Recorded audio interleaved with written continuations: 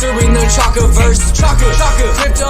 Welcome to the Chaka verse. He out speaking Chaka facts, I'm out speaking Chaka words. We out making Chaka raps, we call this the Chaka verse. No, I can't help you cop the bag, but I can help you do research. So come and join the Chaka pack, explore the Chaka universe.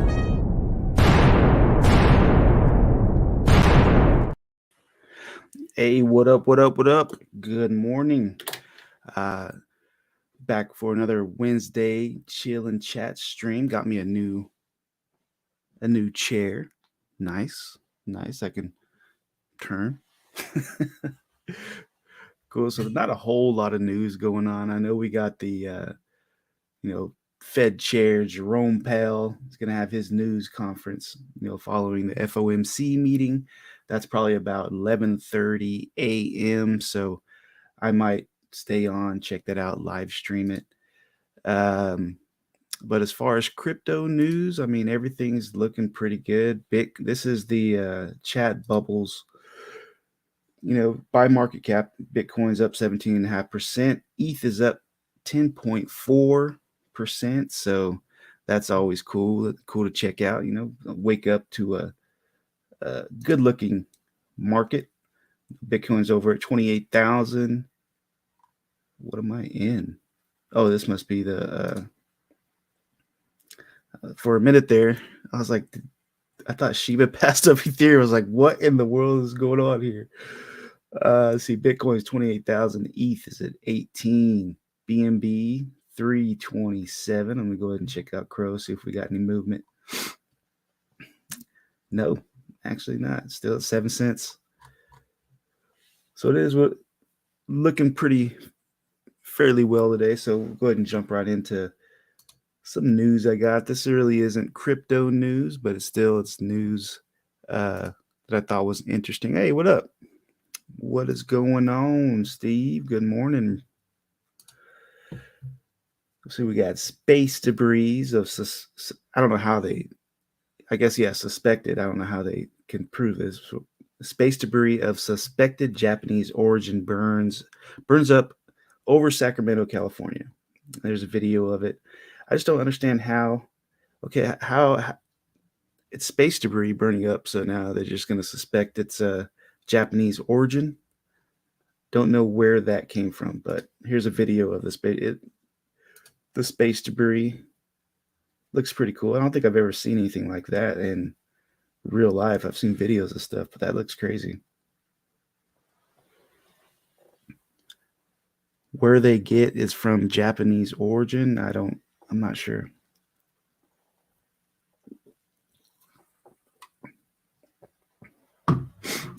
Bang energy drink Miami Cola is not the best. It tastes like I don't even know what kind of candy it is, but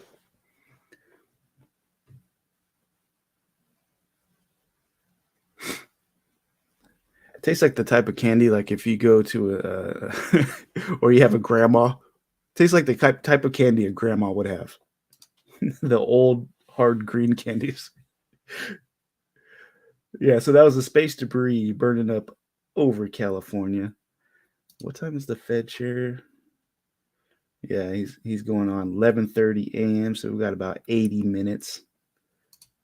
Probably stay on and ramble on and check out the Jerome Powell, see what he's got to say. Let's see, Microsoft Copilot. Man, this AI, the open AI stuff is it's getting pretty big. So Microsoft reveals AI Copilot for work that can write your emails and let you skip meetings. That's what I'm talking about. Having already added ChatGPT-like features to its Bing search engine, Microsoft is doing the same for its suite of Office apps. Among the new features, we're drafting Outlook emails, summarizing team meetings, as well as writing Word docs almost from scratch. Wow.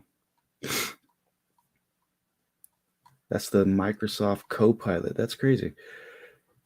So a recorded video showed the bot summarizing calls, taking notes during meetings, and answering questions about what people had said during them. So the AI is recording the meeting and then answering questions. More specific requests also include creating PowerPoint presentations based on information, in another document, drafting emails for invites, or analyzing large amounts of data in Excel spreadsheets. Damn. Copilot will also exist in dedicated Teams chats, where users can ask more general work questions, such as to summarize a collection of emails or start writing a project plan. Damn. So I can see where that's gonna just cut out the team meetings, man. The AI Copilot's just recording everything. And you just asked the AI. They know who owns most of the space debris. They track it pretty regularly. I've never seen it myself, but it would be cool to watch something re-enter the atmosphere. Yeah, that would be cool. I mean, I've seen stuff enter the atmosphere, but I've never seen it like that. That's a video of, that seemed like a lot. 1, 2, 3, 4, 5, 6. Yeah, 6, 7, 8. Yeah, that's pretty cool. That's crazy. I don't know how they track that stuff either. So if it's, okay. It's debris just floating around out in space. I can see them tracking it. But I don't know where they would get that it's, Japanese debris. But I don't know. I don't work for NASA. I'm sure they are tracking it. I'm sure they can see it from all the stuff they got going on. Let's see, mitigations played. If AI goes wrong, Microsoft said new feature would be rolled out to limit the number of customers initially and acknowledge Copilot would likely make mistakes, as these AI models have proved prone to do. They are known as large language models, as they're trained on huge amounts of text data and able to understand and produce human-like responses. But they have been shown to struggle to distinguish between right and wrong, and yet will often respond just as confidently either way. Microsoft says Copilot has been tested extensively and will be constantly monitored and improved during its rollout. That is crazy. Sky's Tom Clark explains new artificial intelligence software. Let's see what this is about. Way we interact with computers, with its ability to understand and generate natural language. It could be used in a range of applications, from customer service to language translation to personal assistance to content generation. It's an exciting development in the world of artificial intelligence, and one with the potential to change the way we live and work. And certainly the way I live and work could even replace my job, because everything that I've read to you so far was written not by me. Asked it to describe itself in 50 words. With all this AI and open AI, I bet you one day there's going to be a YouTube channel. I mean, not even a channel. It might YouTube just might come to a stop, because if there's an AI, you just click onto YouTube and there's an AI, you type in what you're looking for. I mean, like the type of video or content creator, you could say something similar to this, or talking about and the AI will generate all the information for you. You know what I mean? With the way that it's going, that probably didn't come out the way I was thinking in my head, but with these AI and the open, the Chat GPT, I can see them just taking over all the social medias, because people that are looking for news and stuff, because they'll just whip it all up and give you what you want right there. Style of a TV reporter, and it did a pretty good job in just a few seconds. The chatbot is just one tool powered by. It's a beautiful day outside, so the StreamBot wanted to take the software a run. Developed by San Francisco-based OpenAI. So how does it work? Well, it's a type of AI called an artificial neural network. So that's based on the way the cells in our brains learn and interact. And it's been trained on a vast database of language. And I mean vast, pretty much the entire of the internet through something called web crawl. Oh, so by the way, my stream yesterday, this is how good I am with OBS. All right, so originally I started that stream, the Tech Tuesday. I created it through StreamYard.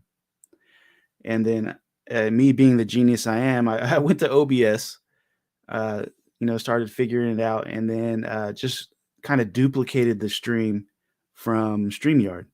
So I had that. So I ran the stream. Once the time came, I ran the stream through OBS. Not knowing, after the stream was over, I'm going through my StreamYard, and the StreamYard still shows the Tech Tuesday stream that it was that it was supposed to be, that it was late. It'll tell you that the stream's late. So I looked on YouTube. Okay, my stream was up because I did it through OBS. So I just deleted it from StreamYard because I didn't think that it was linked. It deleted my damn stream. That's the first time I've deleted a stream on accident. So if you're streaming through OBS and you created the link through StreamYard, I guess you got to leave that link up. There's nothing you can do about it because I deleted it off the link for the upcoming shows, and it deleted my damn video, the live I did yesterday. So that sucks. All of Wikipedia. Let's see what's going on, Seiko. Huge Seiko MK, what's going on, fellas? Archives of online books. And what separates it from its competition is that the company behind it, OpenAI, spent far more time and money training their AI algorithm to learn and understand language. Like many forms of robotics and artificial intelligence, GPT-3 is very good at doing certain tasks currently done by people. Oh, that's old. We're already at GPT-4. What's going on, Racket? Good morning. Good morning. Sup, MK, everybody. Let's see, for the ones that just popped in, I was talking about I guess there's space debris of suspected Japanese origins burned over Sacramento. They caught video of it. I thought it looked pretty cool. I've never seen anything enter the atmosphere like that in that amount of. There's like 10. I counted like 10, I guess, pieces of debris. Those things got to be huge, though. Honestly, if I saw something like that and I'm outside and I just happen to look up, I'm thinking, oh, shit, here we go. We're getting invaded by something. Aliens.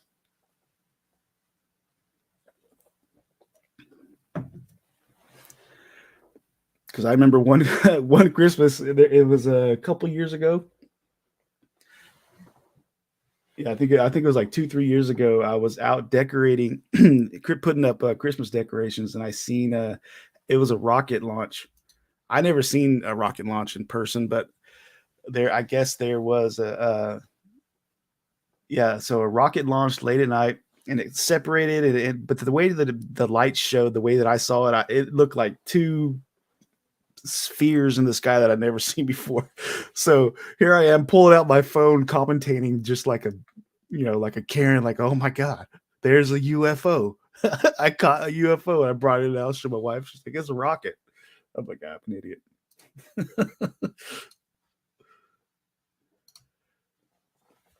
Let's see. We got not a whole lot of news going on right now. This one caught my eye. Millions of dead fish in wash up in the river in Australia, because they're saying because of the climate change and the temperatures of the water. That is crazy. Is it changed that drastically where it kills the fish? That trips me out. That's a lot of fish. Excuse me.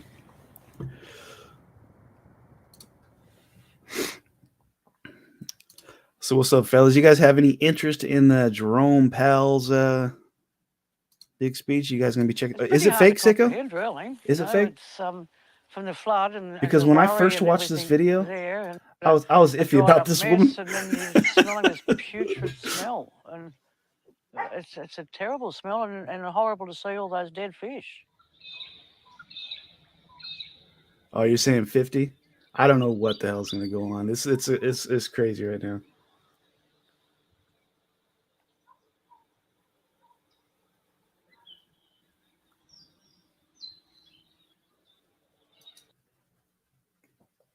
Yeah, I don't know if the story's fake or not, but it was on the news.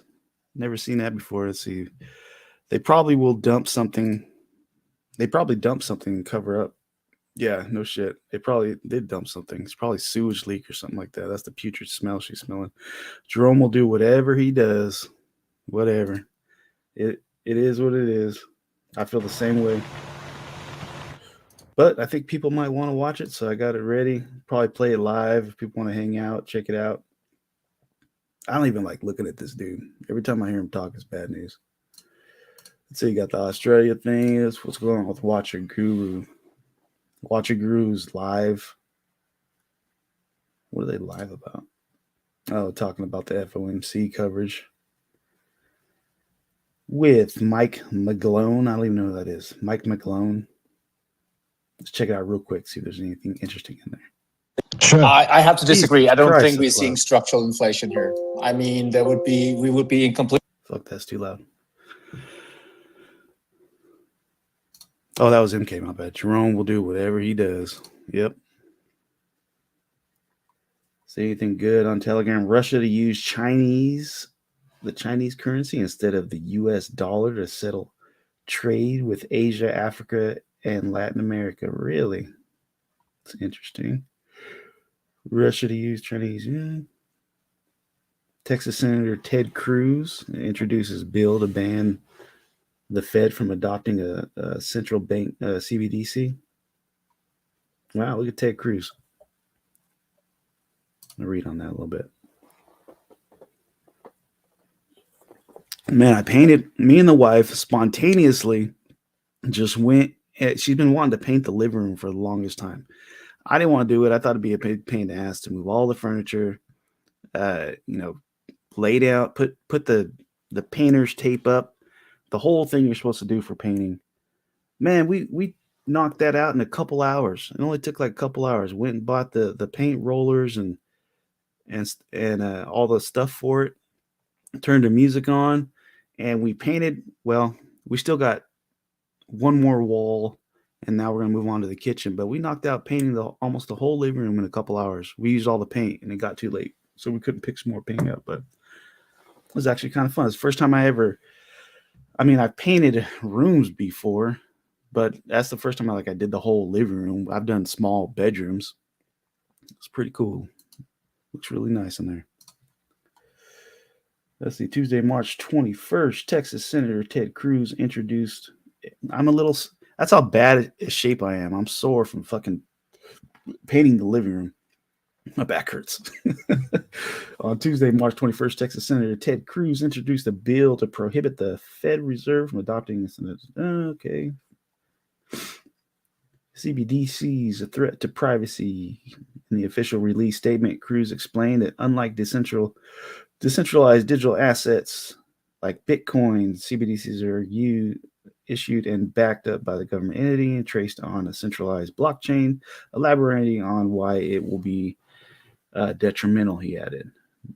Not only would CBDCs model centralized Americans' financial information, leaving it vulnerable to attack, but it could also be used as a direct surveillance tool in the private trend. Hell yeah, it could.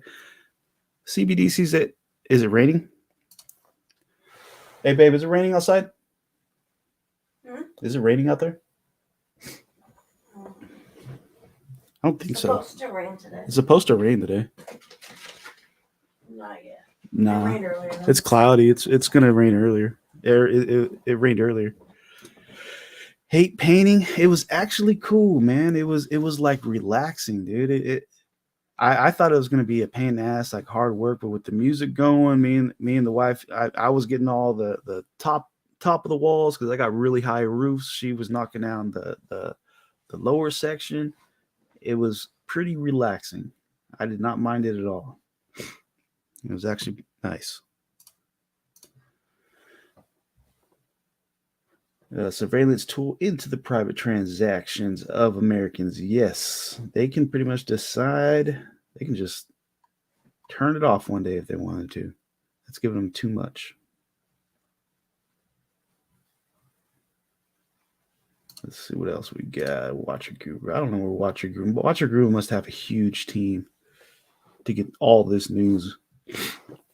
Bank of Indonesia to transition away from Visa and MasterCard, introducing a new payment system.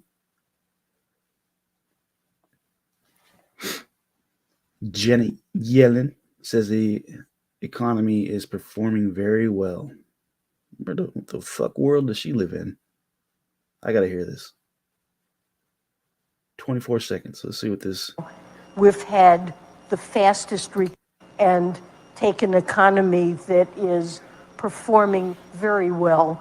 We've had the fastest recovery from a downturn that we've ever seen, and the fastest recovery of any nation around the globe. The unemployment rate is near a 50-year low. The economy is doing well, and take an economy. The hell? Is she just feeding shit into the news, just thinking that people are just gonna believe her? I don't think our economy is doing well at all. What up, Mr. Dr. Reverend Shaman said, where the fuck is my motherfucking avatar? You know what? So I learned a lesson last night. I accidentally deleted that. I mean, hey, everybody. So I accidentally deleted that live stream. First time I've ever accidentally deleted a live stream ever. So I started the stream off with StreamYard. I created it through StreamYard. All right, so I had it ready to go because this was before I was going to do the avatar, the stream avatars, right? And then I went to OBS. I don't know OBS that well, so I was getting familiar with it. When you go to broadcast, I can show you. When you go to broadcast on OBS,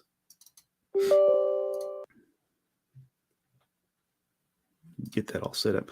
So when you go to broadcast on OBS, it'll say create your broadcast or something like that. Let me get that set up.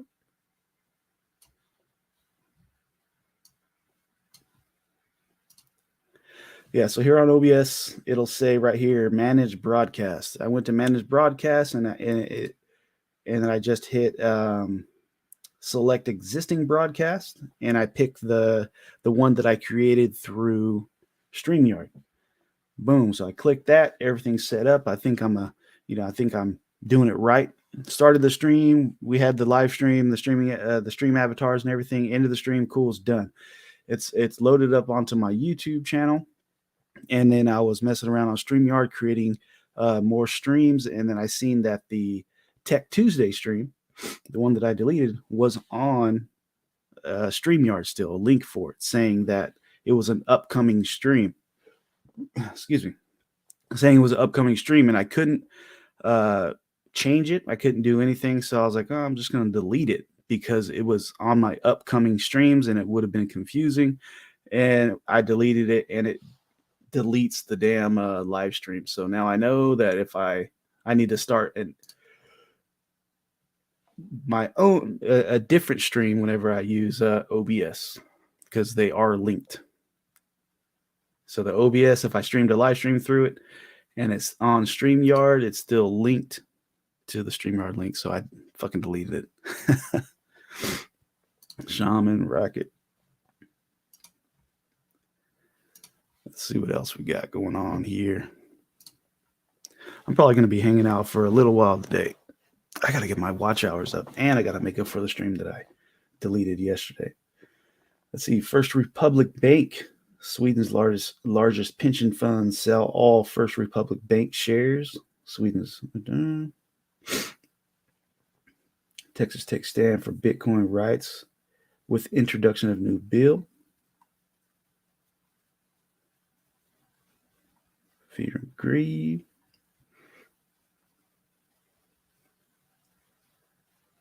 Everybody's trying to ban the CBDCs. That's good in my opinion.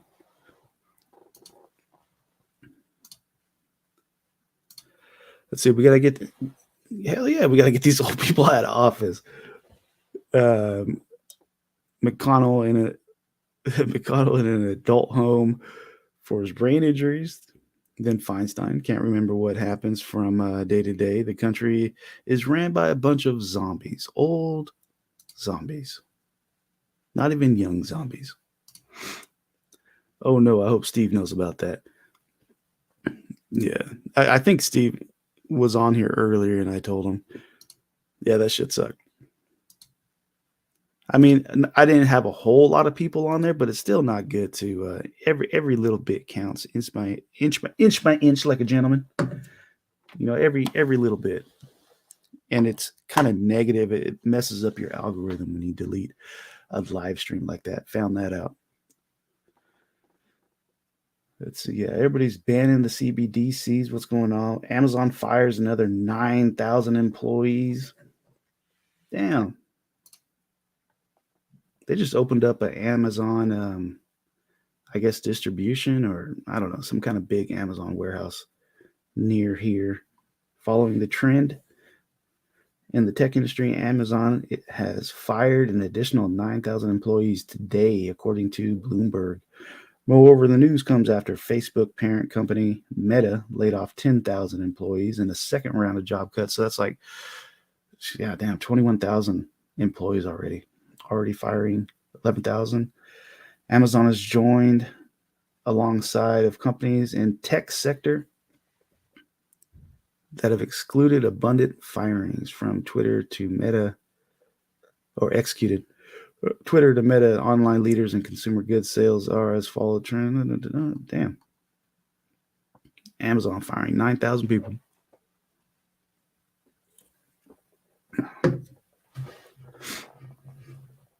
I wonder how.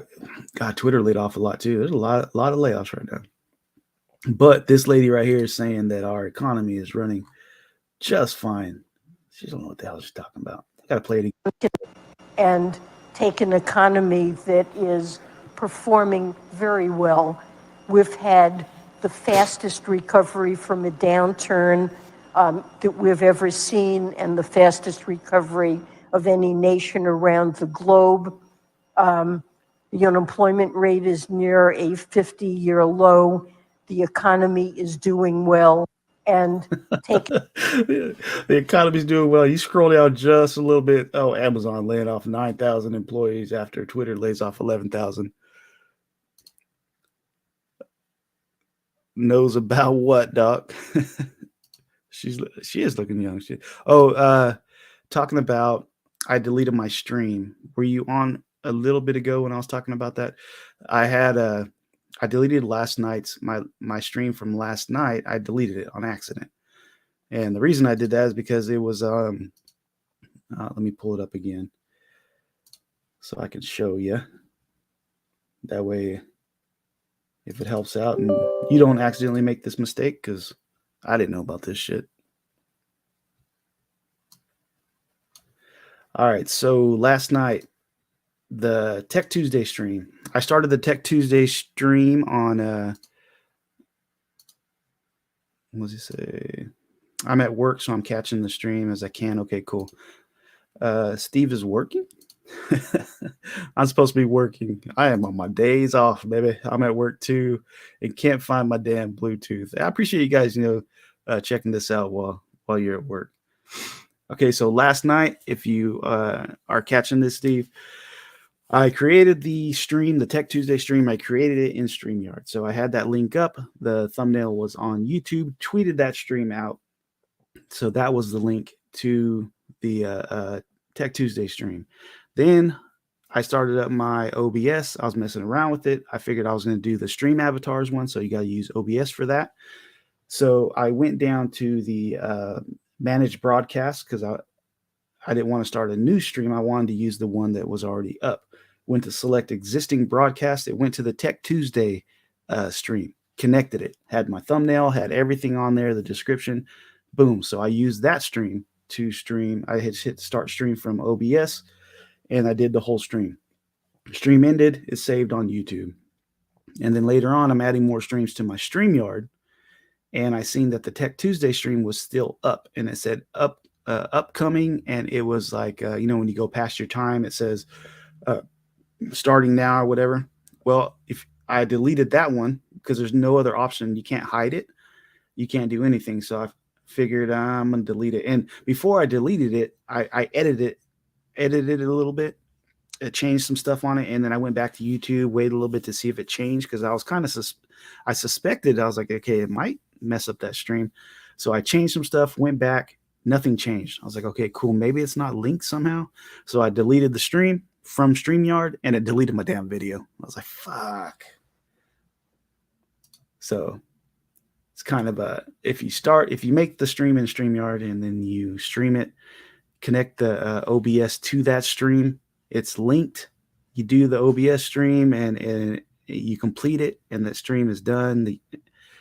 You're going to have that link on StreamYard. It looks like forever until they come up with an option to hide that or something, because it's going to be on your upcoming streams. And for me, it would have bugged the shit out of me. So I I hit delete, but it deleted my damn stream. So that sucks. Let's see. I do some work here and there in between building the empire. Yes, sir. In between taking over the world. Darth Steve the Canadian. And I think there's probably a way, if I can get OBS to, if there's a way on OBS where I can just show the screen, you know how the OBS panel, if I can just show this part of OBS, if there's a way to where I can make this the full screen, then I can do the avatars on StreamYard. But yeah, for real. Live and learn. That, unfortunately, is a way to learn. Yeah. Trial by error. Yeah, I don't think there's a way for me to make this just the whole screen right here. But if there was, then I can do some streaming avatars.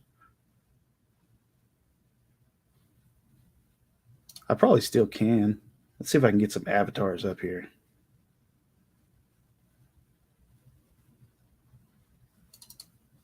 I think it'll still connect, but it'll be on this.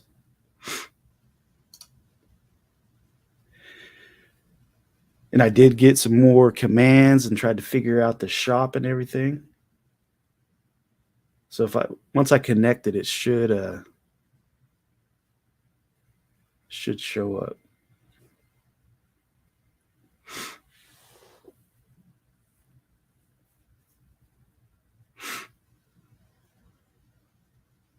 Maybe. I figured it out when I made a stream setup, but instead of clicking it, I hit set up stream again and thought, oh, I didn't put a title, but it actually made a new one on top of it. Okay, so this is working when I delete. So this is showing Steve right there. It's just taking a little bit. I figured it out when I didn't put a title, made a new one on top of it, but the same stream. Oh, really? See, that sucks. I don't like that. There should be a way to fix that. When I deleted one, it deleted both. So now I know. Go to manage broadcast and hit the one I need and only start one for each one. Yeah, but I like having my stuff organized. So if that StreamYard link would have stayed open, it would have bugged the shit out of me, man. Yeah, it would have bugged the shit out of me. Yeah, so I can get or I can get the stream avatars to work. It'll just be a separate window. So that's cool. We'll see if more people jump in. We'll check that out. Yeah, you're Wolverine today. But I can always change it. This is what it looks like on my side. So I can go here, go down to Steve the Canadian, and then pick whatever. These are all the avatars I have. Got like Juggernaut, the Hulk, Gambit, Storm, all the Marvel characters, some Rick and Morty stuff. I got Venom, the Mortal Kombat characters. And I guess I can show you guys how that works. Let me disconnect this. So when you're disconnected, this is the X-Men symbol. Yes, sir. So when you're disconnected from the stream avatars, this is this screen that I see. This has all the login details, the bot commands, and there's tons and tons you can do with this. The mini games, you got boss battle, basketball, battle royale, duel, jump, catch, star, roulette, slots, and the bot commands. There's tons of stuff you can do. You can do the different actions, avatar selection, and I found out how you guys can pick your own avatars and gears. Figured that out last night after the stream. These are all different things you can do. There's bombs, fireworks. I guess this is stuff that I can do. Pin the avatar, put a screensaver up, slingshot the avatar. I got different spawn commands, mass commands, like mass dance or mass bomb and stuff. So you got the mini games, and then the stream workshop. It takes you right, or the Steam workshop takes you right to Steam, and they're real simple. All these people made these avatars. I just got to scroll through, find out which ones I want, just hit download, and boom, it's that simple. You can do backgrounds and all that. And then last night I didn't like the way that the background was covering up the whole screen, so I fixed that too.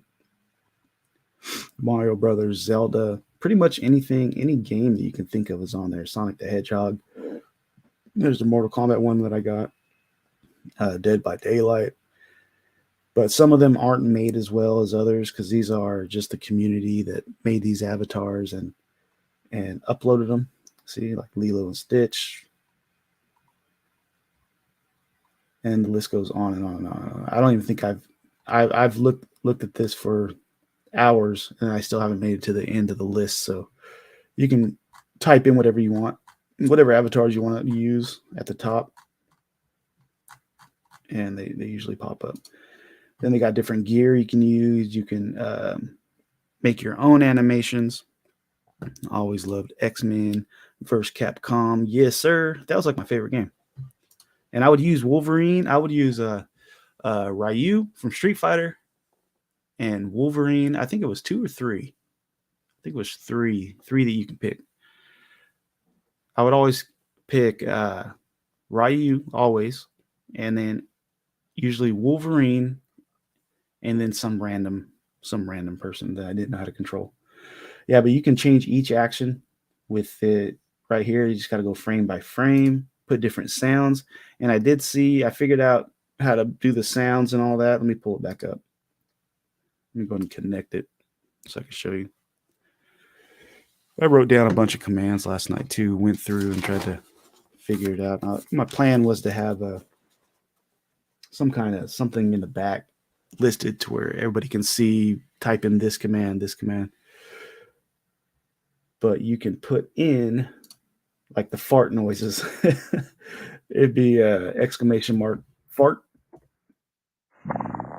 And it has different fart noises. I thought that was cool.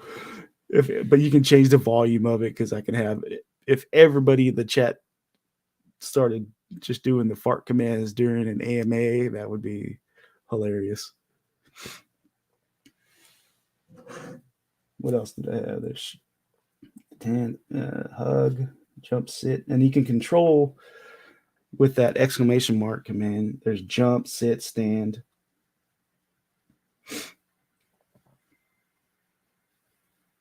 And the slots, the bet. There's some kind of way you can gamble on here too. You can bet other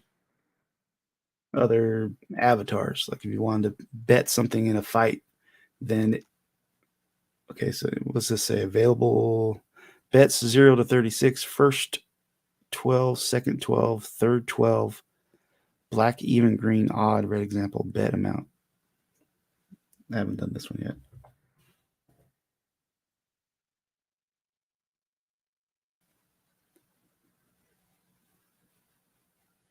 Guess that doesn't do nothing. Yeah, but different things you can do.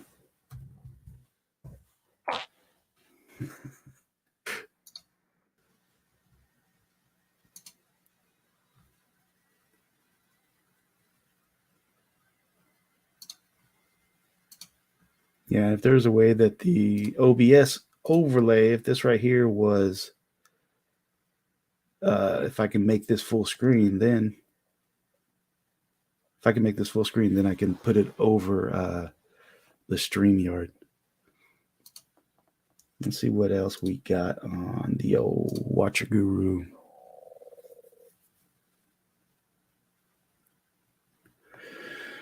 Amazon laying people off. Just in several major banks announced coordinated action. This is on the 19th. To increase U.S. dollar liquidity provisions in the global market through swap lines, U.S. Federal Reserves, Bank of Canada, Bank of England, Bank of Japan, Swiss. Anything else going on Twitter?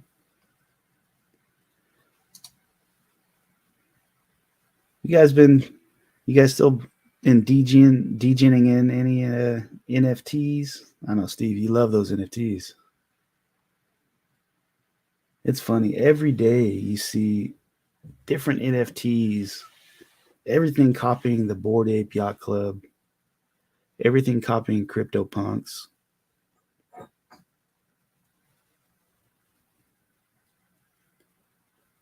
And then you never see like the devs of the NFTs. You rarely see them doxing anymore, unless it's the Weekend Warriors. But you rarely see that anymore. It's just, hey, get this NFT. And a lot of times they'll hit me up, hey, want to be on your show. And now I'm like, you gotta dox, man. You gotta show your face. We're on YouTube. We're not doing the Twitter space.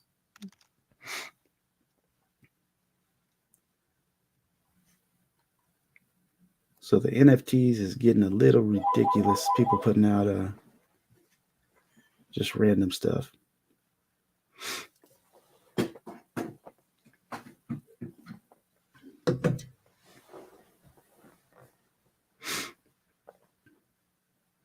BitBoy going out of his way to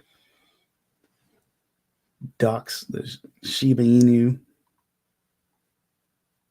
founder or whatever. Honestly, I didn't even care. I like watching BitBoy flip out a little bit, go on his little rants. It's probably the only reason I'll jump on there and watch him. Don't care what he's saying. I just enjoy seeing him getting all fucking flustered. Veracity's been doing pretty good. I'm invested in Veracity. And it's actually done pretty good.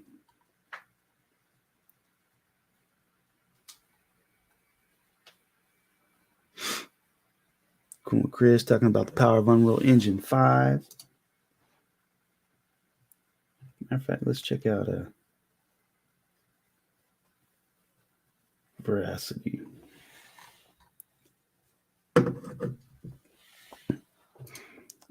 Yeah, I can't stand the dude, but when I still go watch him just so I can see him get pissed off. I enjoy seeing him get pissed off. But I can't stand him, but he's just one of those guys like I gotta see him mad. I gotta see him upset. I like that. I like watching that. Bitcoin. So if you missed it, if you weren't here, these are some space debris burning up over California. I never seen anything like this. Like I said earlier, I would probably think we're having some kind of alien invasion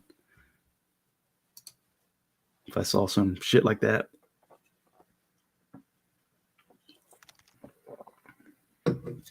Here in about half hour or so, I'm probably going to stream the Jerome Powell, see what he's got to say. He's a big time scammer. Yeah, I've noticed. I've noticed.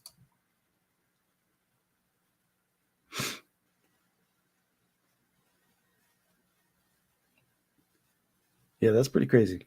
Those things go on and on and on. How they know it's Japanese origins, I have no idea. Steve said that they track that shit. I'm sure they do. That's above my pay grade, so I don't know.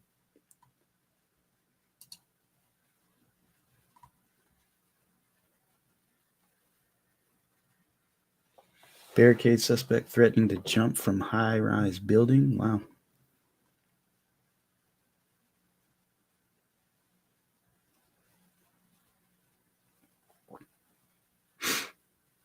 What the hell is this? Helps support strength and flexibility of the hands and fingers. Some finger exercises, huh? That's what I need to do. I really need to work on my fingers, get my fingers buff.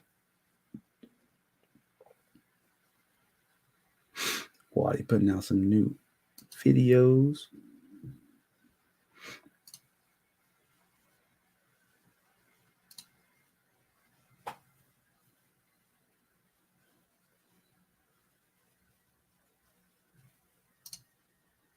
Yeah, it looks like we got about 40 minutes till the Jerome Powell thing starts.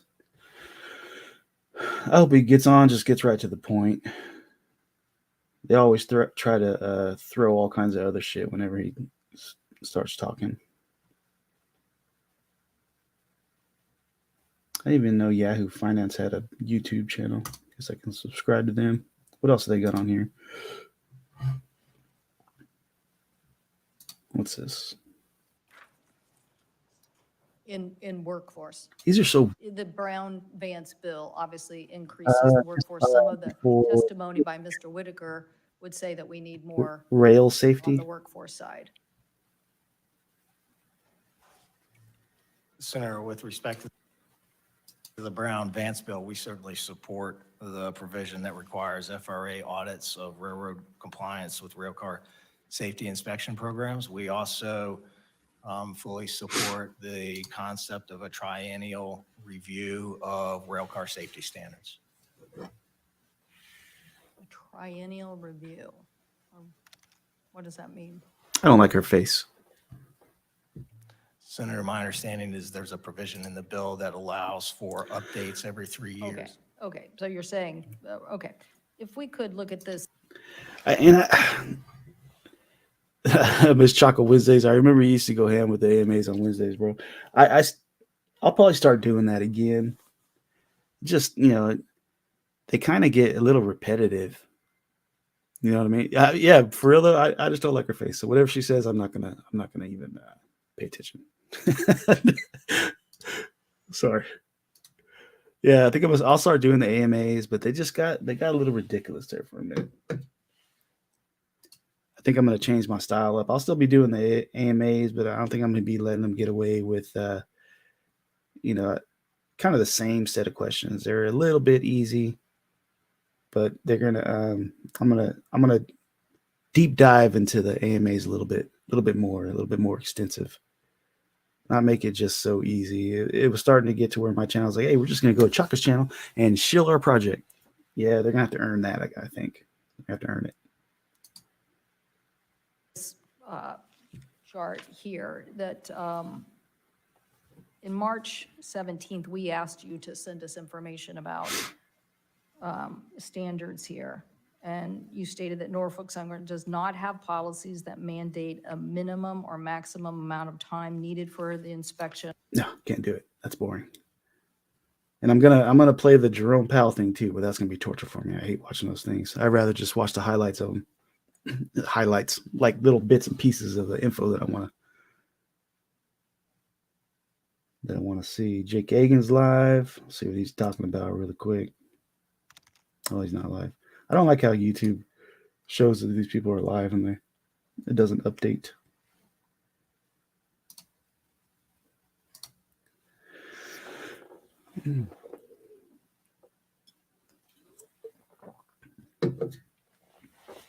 I seen yeah, some of those devs had me rolling. Some of them cracked me up. The ones that I thought were the funniest, the ones I had a blast doing, were the ones that were so nervous and the first time on YouTube, and I had to keep the conversation going because they would just freeze and just wait for me to ask questions. That those were funny. Those were funny.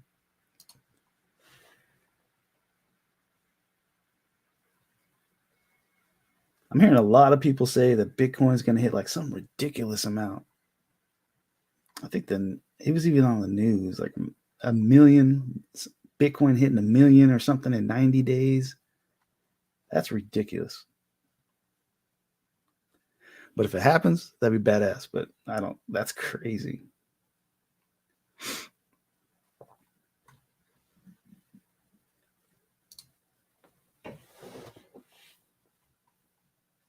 I'm gonna play one of those old. Let's see, which was it good? Nah, I better not play it.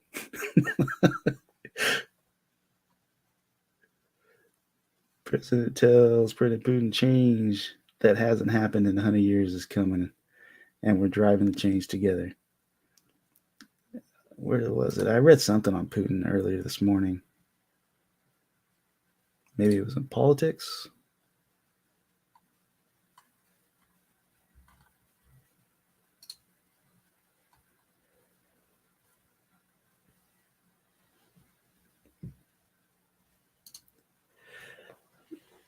I didn't think it was going to happen this soon. I mean, I was prepared for it. I didn't get into everything that I wanted to get in. Gala, got lucky and got a good position in Gala.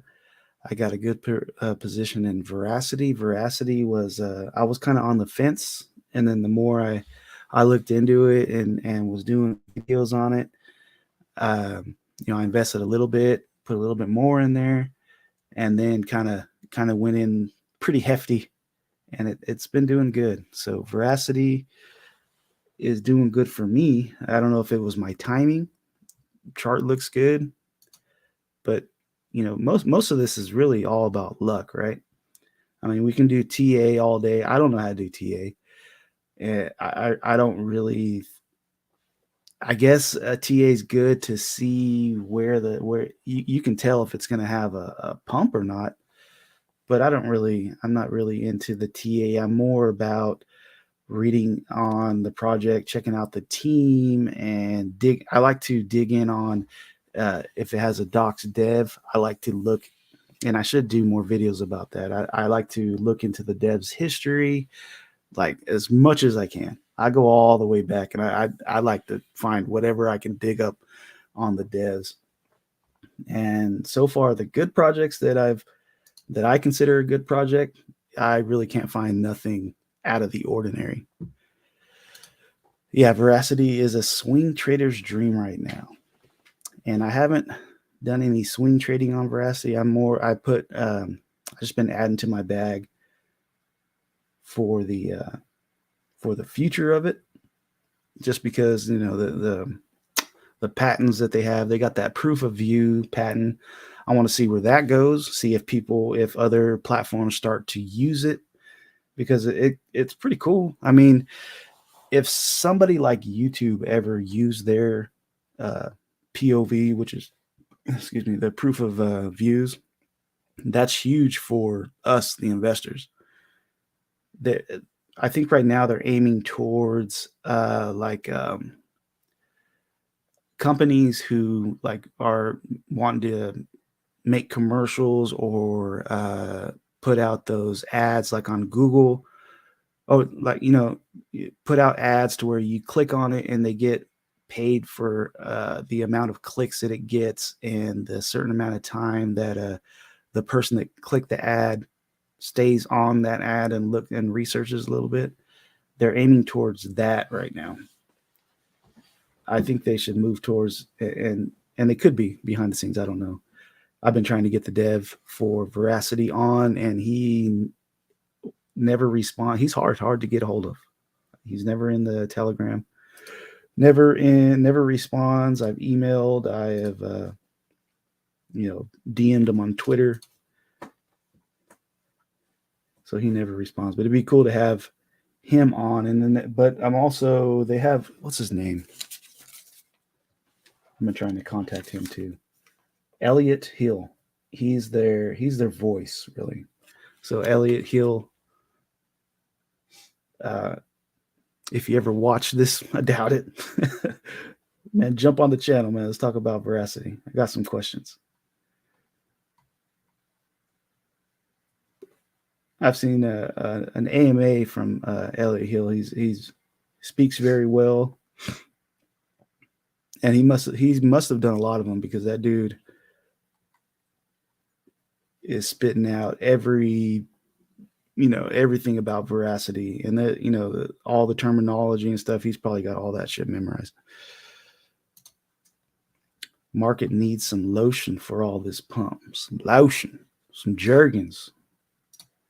Yeah, this market needs some Jergens. It's crazy. It's a 28,000. Crypto's such a trip, man.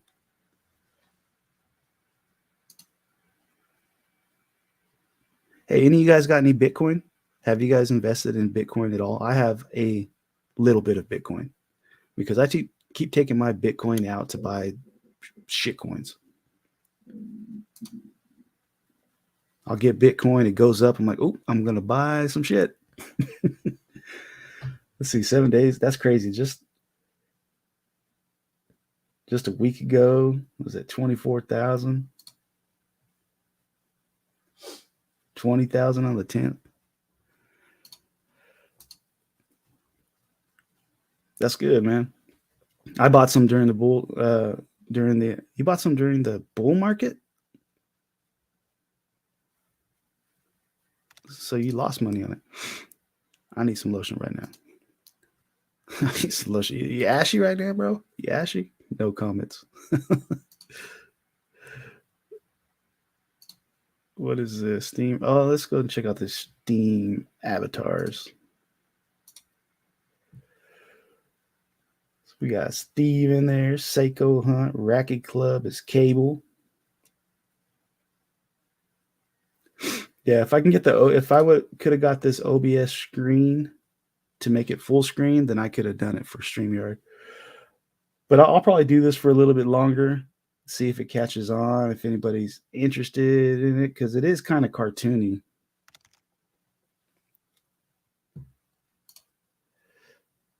That $5 is not worth much now.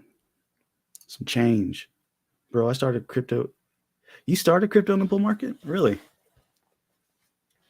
God, I don't even know how long it's been. I think I got in right before the bull market because I think right when everything kicked off is when I started. I bought my first Bitcoin your first whole Bitcoin? Nice. I have a healthy 0.000096578. Healthy amount, I'd say. That is pretty healthy. But good for you, man. You had a whole Bitcoin. Still, everyone said buy Bitcoin and ETH. Yeah, I started October 2021. God, has it been that long? Yeah, I've been in crypto for a minute now. I need to change these up.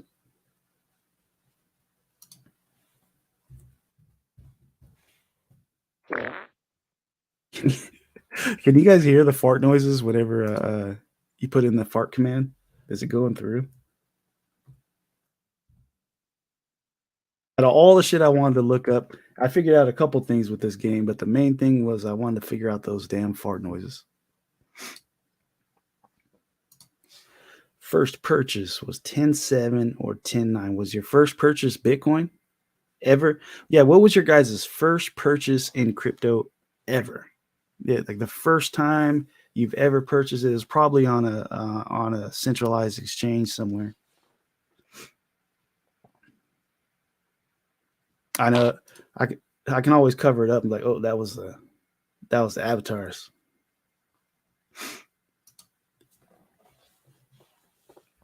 Shiba Inu was your first? God, I don't remember what mine was, but it wasn't nothing good. It's not even around anymore. I started oh, that's you? Thank God. Thought I was shit myself.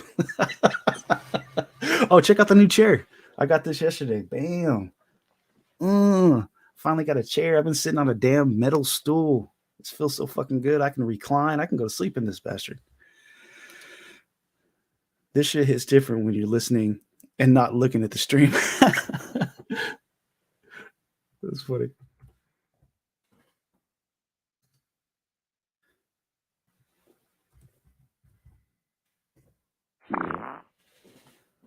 Yeah, I like how it changes. It varies. It varies the sound of the fart.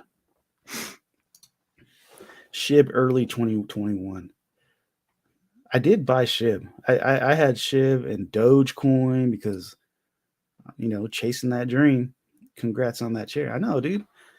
this chair. I've been wanting a chair. I don't know why this was the last thing that I got was a damn chair.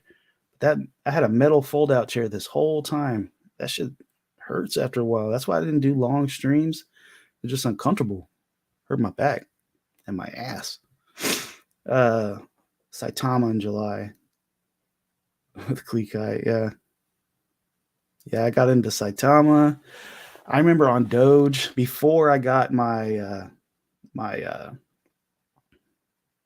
decentralized wallet. I had everything on exchanges. Doge had this huge pump. I forget who was streaming. I don't know if it was Rodney. At the time, I'd watch Rodney, Ozzy Austin. I don't remember who it was. But that shit was just mooning. I kept seeing, I'm like, fuck, this is the first time I'm actually making money. Doge is just taking off. It could have been Shiba. I don't remember which one it was. And I had the itch. I was going to sell. As soon as I went to sell, I think it was Coinbase was the exchange I used. Coinbase went down. And I couldn't sell shit because Coinbase was messed up right at that moment. And then it didn't come back online. Like I wasn't able to do anything until I lost that opportunity. I was like, fuck. That's when I moved everything. That's when I started teaching myself on the centralized exchanges. I was like, dude, I just missed out on some money here. I have a metal fold-up chair. Used it once to stream and regretted it. Yeah, those chairs suck. I need one of those so bad. This one cost, I think it's like $199. And I got it from QVC. Never really bought anything on QVC, but recently I bought my son an iPhone because I didn't want to pay for the whole thing. Bought him an iPhone on QVC, and that shit came 2 days. I think I ordered this chair 2 days ago, and boom, it was at my door last night. I was like, holy crap. And then my son's phone, 2 days, and boom. So QVC, I think I might be purchasing some more stuff on QVC. I always thought it was like one of those late night, something. I thought it was something else. I thought it was like an Avon thing, or I don't know what I thought it was. Need one of those so bad. She will be your savior, Shaman. And I still have a lot of Shiba Inu. Still got a lot of Doge. Never really got rid of that shit.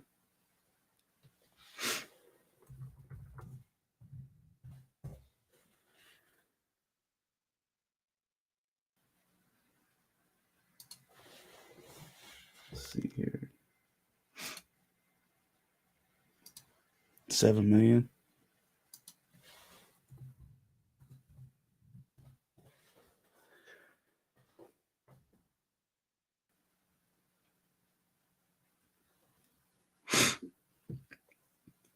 I think mainly I'm going to use these stream avatars. Once I get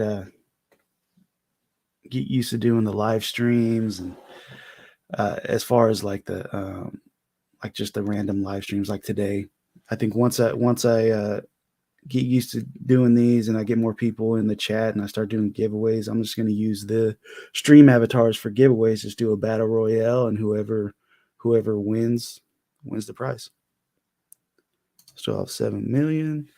You order it at 7 p.m. and at 2 a.m. the guys on your desk, your doorstep, yell, "Yo, man, I got your chair." I wouldn't be mad. Hey, that's how it was. So last night, me and the wife painted. I don't know if everybody was here for that. Me and the wife painted the living room, and I was actually, I liked painting. It was relaxing, but I was getting tired. I was exhausted, and then she went outside to do something. This was probably like at midnight, and then the chair was at the door. I was like, oh shit. It's been like literally 2 days on the dot. Billions of Shiba. How's she doing right now? Like shit. I got into some bone, picked up some bone at the wrong time because I'm not. Where's Bone? Oh, she's got a small little pump today. Wonder how Bone's doing. I don't know. I think I got Bone like $1.30, $1.40. And I just watched it go down since. Hopefully there's a turnaround. I was thinking about buying some more, but I don't know. Look, there, just went down again. I don't know. Yeah, we were body painting. With the washable paint. I have sensitive skin. It's got to be the washable. No, we painted our living room, dude, just randomly. My wife's been saying, hey, I want to paint the living room. And then we just randomly went and got some paint and knocked it all out. It was actually easier than I thought. I was kind of trying to get out of it, but it was kind of cool. Had the music going, painting, almost got the whole living room done. I got the really high walls and decent sized living room. Went pretty smooth. Ran out of paint, so we didn't finish it all. And then right after that, my chair came, and it was really easy to put together too. It came in 3 pieces. Just put the wheels on, put the base on, and just set the top on. That was it. It reclines. It's fucking badass. I can literally go to sleep in this chair.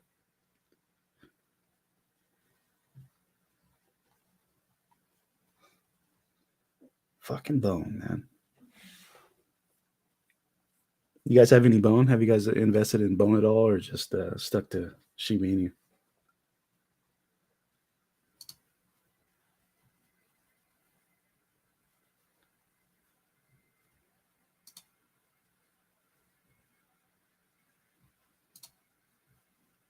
$19 minutes.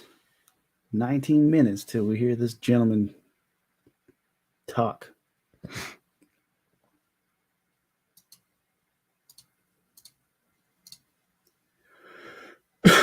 Watch all day. This is all you're going to see all day is Jerome Powell. You're going to see him everywhere on Twitter. Everybody's going to come out with videos. Jerome Powell said this. I've kind of been lacking on my videos too, just because it's like an echo chamber. When big news comes out, everybody talks about it. Like if I don't put it out first, then I don't really desire to be putting out videos like this. Jerome Powell, you're gonna see all day long, today, tomorrow, probably next couple days, and I just don't want to put a video out on it. I'll watch it now live because I just happen to be on while he's talking. But oh, you're staking it? Oh, are you still staking it? I wonder. 5K. Damn, 5K bone by staking sheep. I really don't stake. I never staked any of my Shiba Inu. Hey, what up, Jeremy? He's my hero, and he's so dreamy, isn't he? He's dreamy. Oh.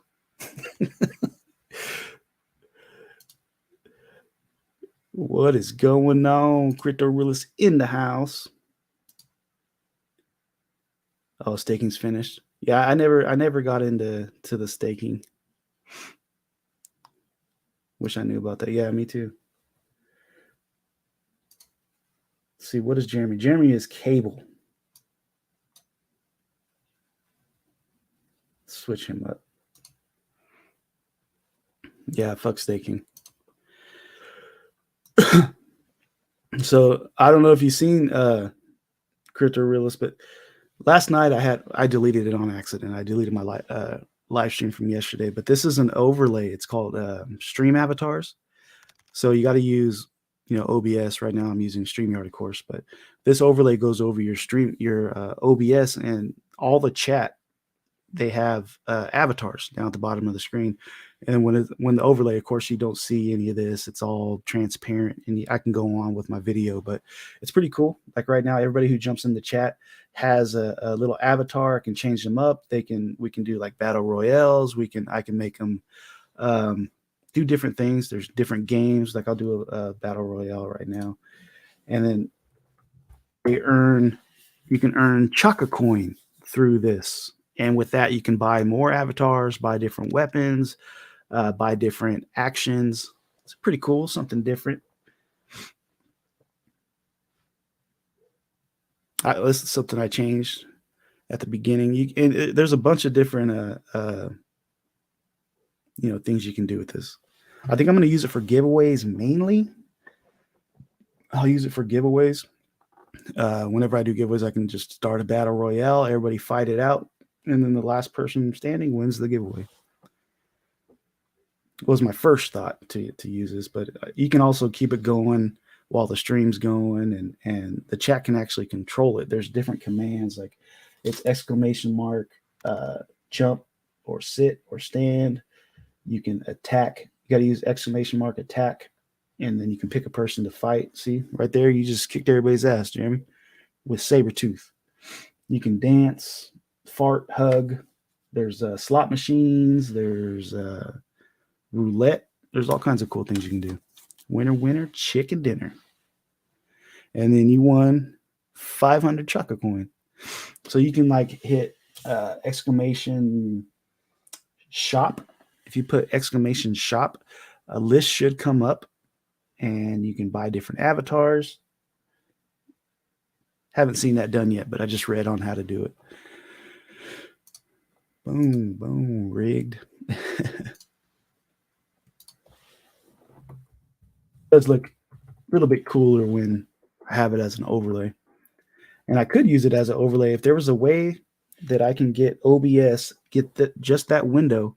If I can make this window the whole screen, which I don't think there's a way to do it in OBS, then I could have done it on StreamYard also, but can't do it.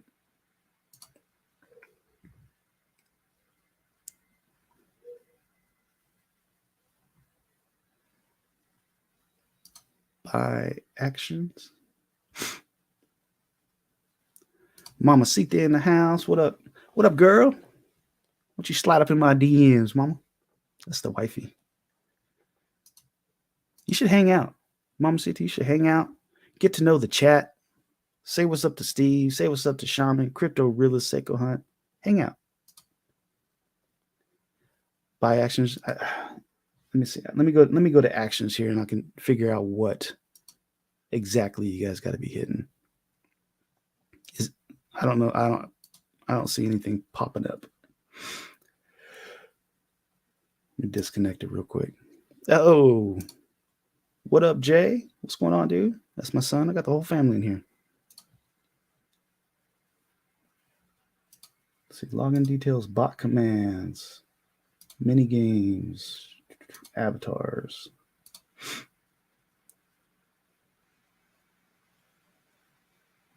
Who that? I'm putting in the commands is telling me to do so it's not hiding my interaction with the bot.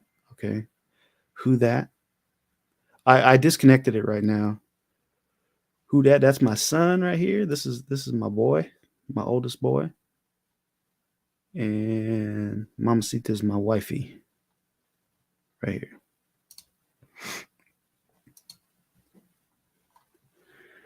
Let me see. I gotta find these commands. There's a lot you can do with this. Looks like we got about 20 more minutes, and then Jerome Powell will be doing his thing.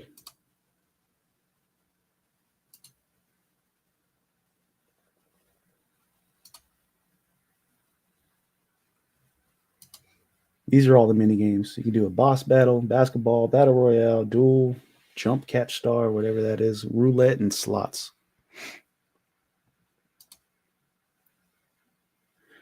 These are a bunch of different avatars you can get.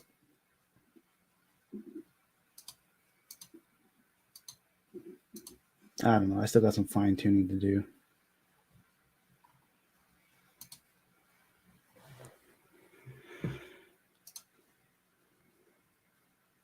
Jason and Mamacita, what up? What up?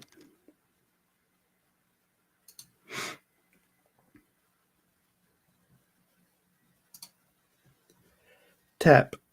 Oh, okay. So type exclamation mark by, whatever your choice. You can either pick actions, avatars, color, gear, or name tags. So exclamation mark by a space, hit actions, avatar, color, gear, and name tags. A list is supposed to pop up, and you're supposed to hit what number you want, but we will see if that happens. What's good, Prof? Hey, what's going on, man? Destination DeFi in the house. We're just chilling, man. I'm kind of waiting on Jerome Powell coming up, giving his speech, see what he's got to say, because that's going to dictate A whole lot of shit. Good morning. Good morning. Okay, yeah. So it came up. Somebody's doing it, right? Let's see. Buy actions. There are no purchasable items for crypto realists. Buy avatars. And I don't know what I put up. I know I made a lot of stuff free. Type avatars, Android. Oh, shit. Okay. These are the different avatars. So type buy avatars. You got the Android. It's like a Dragon Ball Z, Black Hearth, Blockman.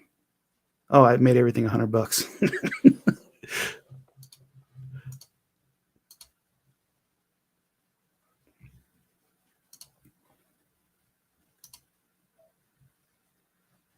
And I can rescale it. I can make you guys bigger if I wanted.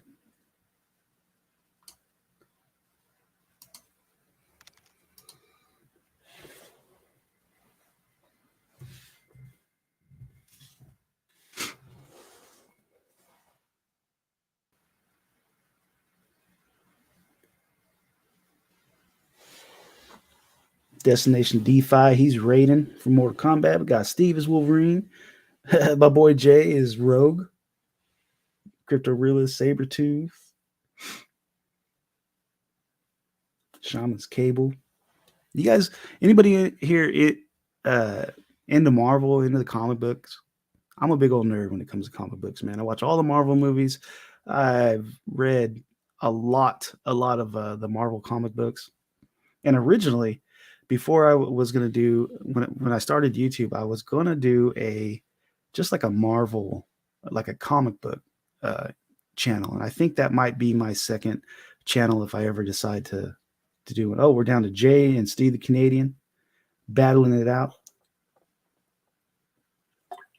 Yeah, this would be cool for giveaways. Nice.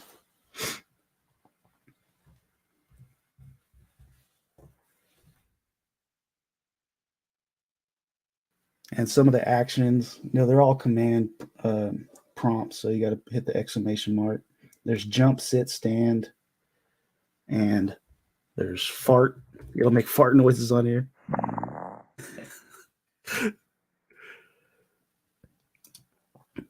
Jason Rodriguez has won the Battle Royale with 500 Chaka coin. Congratulations.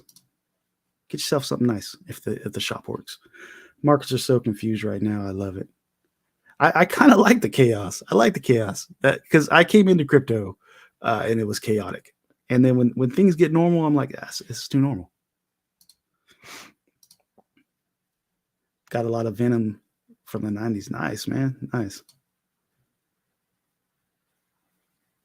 Oh, you flexing a little bit? Good, Jay. Flexing a little bit.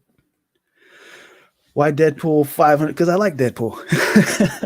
I made Deadpool and then like the bigger ones like the Hulk and stuff like that. I made them a little bit more expensive.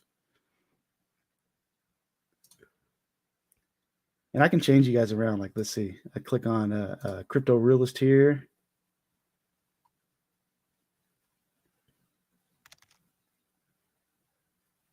That guy.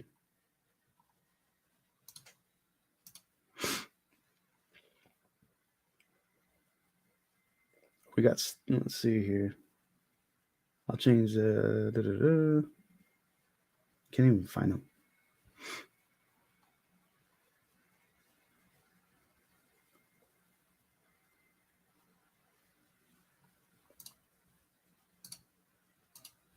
And you can like pin them up to the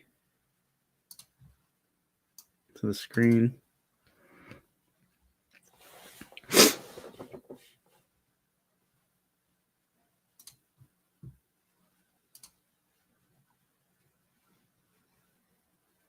Let's see, MK is in here, no?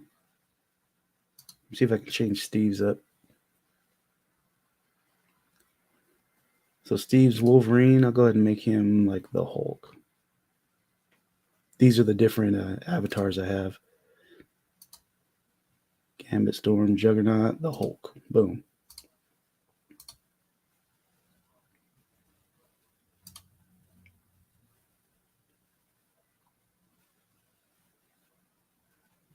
Yeah, I thought this was something different. I haven't seen this on any of the YouTube anybody streaming using something like this. Some people might like it.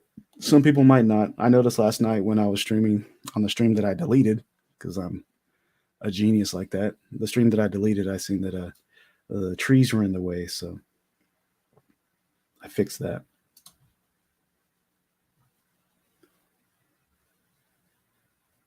About 5 minutes.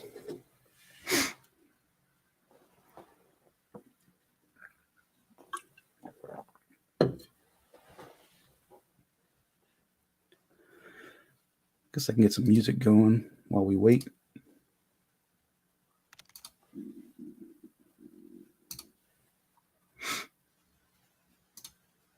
I own this little thing from it.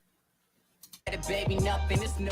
And if you tell me that you fuck with me, I fuck goods for you haters. I just stick to the rules. And when the mountains blow, load a silver bullet and shoot. I'm like, Make me a dildo so everyone knows when they fight me, they're fucked. I probably could. I could probably do that.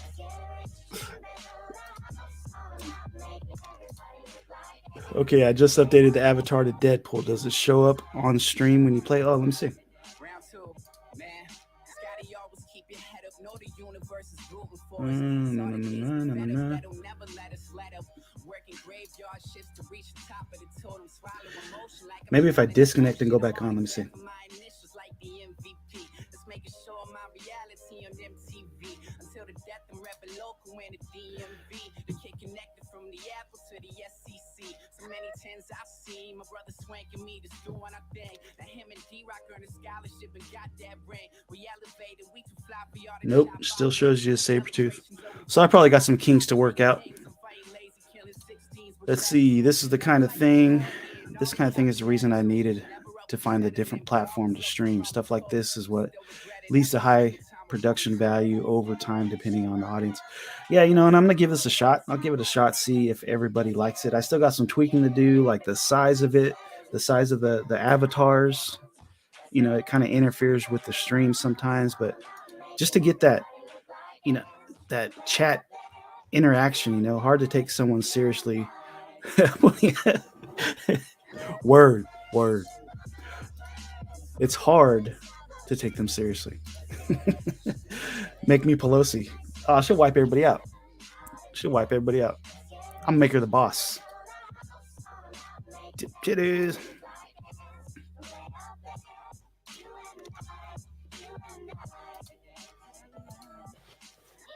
Caroline, all the guys would say she's mighty fine. Caroline. Mighty fine, only got you someone half the time.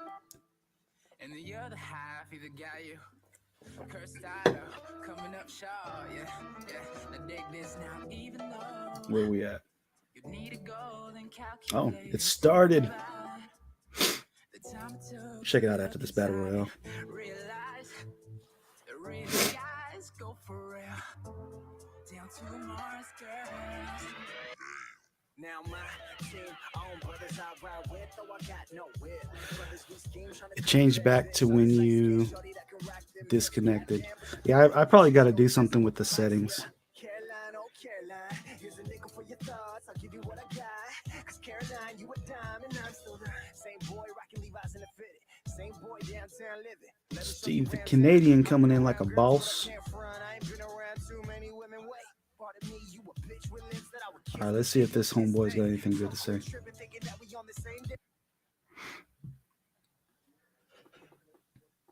Look how excited everybody is, just waiting. They should make a party of it. Just everybody in there. They should have some music going, some snacks, maybe some drinks. Make these things a little bit more interesting. A hype man. They need a hype man. They should have a what's that Tuesday? Flavor Flav. Flavor Flav should be coming out. Be like, it's your boy. Jerome Peasy's getting ready to hit the stage. These things are boring.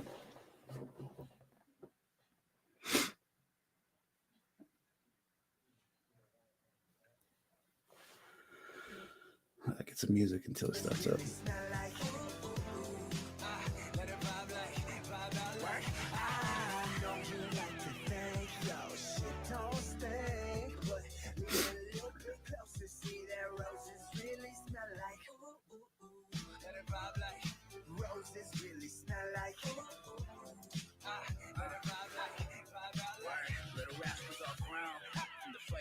bitches. From the bikes to a car that's tinted, where I fuck Veronica, but she won't admit it. Cause I fuck Betty too, I'm just Archie with it. But you let me on after you was underneath with my leather on. Too many games, I'm guessing if you play too many games, this band you'll get cheated on. Cause she looking like a rose, but damn you a thorn. You gotta hit it, goddamn you got horns. Fuck it, we gon' keep the drinks pouring, plus the cook the new broad. And she foreign, she a local. Alicia and loco, fragrant Chanel, so her scent is so cocoa. Acid the brains when she moves, it go slow-mo, so crash in the dish, cause YOLO, bitch. Carry on. Carry on, all the guys would say she's mighty fine. But mighty fine only got you summer half the time. And the other half, either got you cursed out or coming up short. Yeah. I dig this now, even though you need a gold and calculator to divide the time it took to look inside and realize the real guys go for real. Down to Mars, girls. Work. I know you like to think, yo, shit don't stink. But lean a little bit closer, see that roses really smell like ooh. Let it vibe like roses really smell like ooh. Let it vibe like. It's 11:30. Jerome's getting his speech together.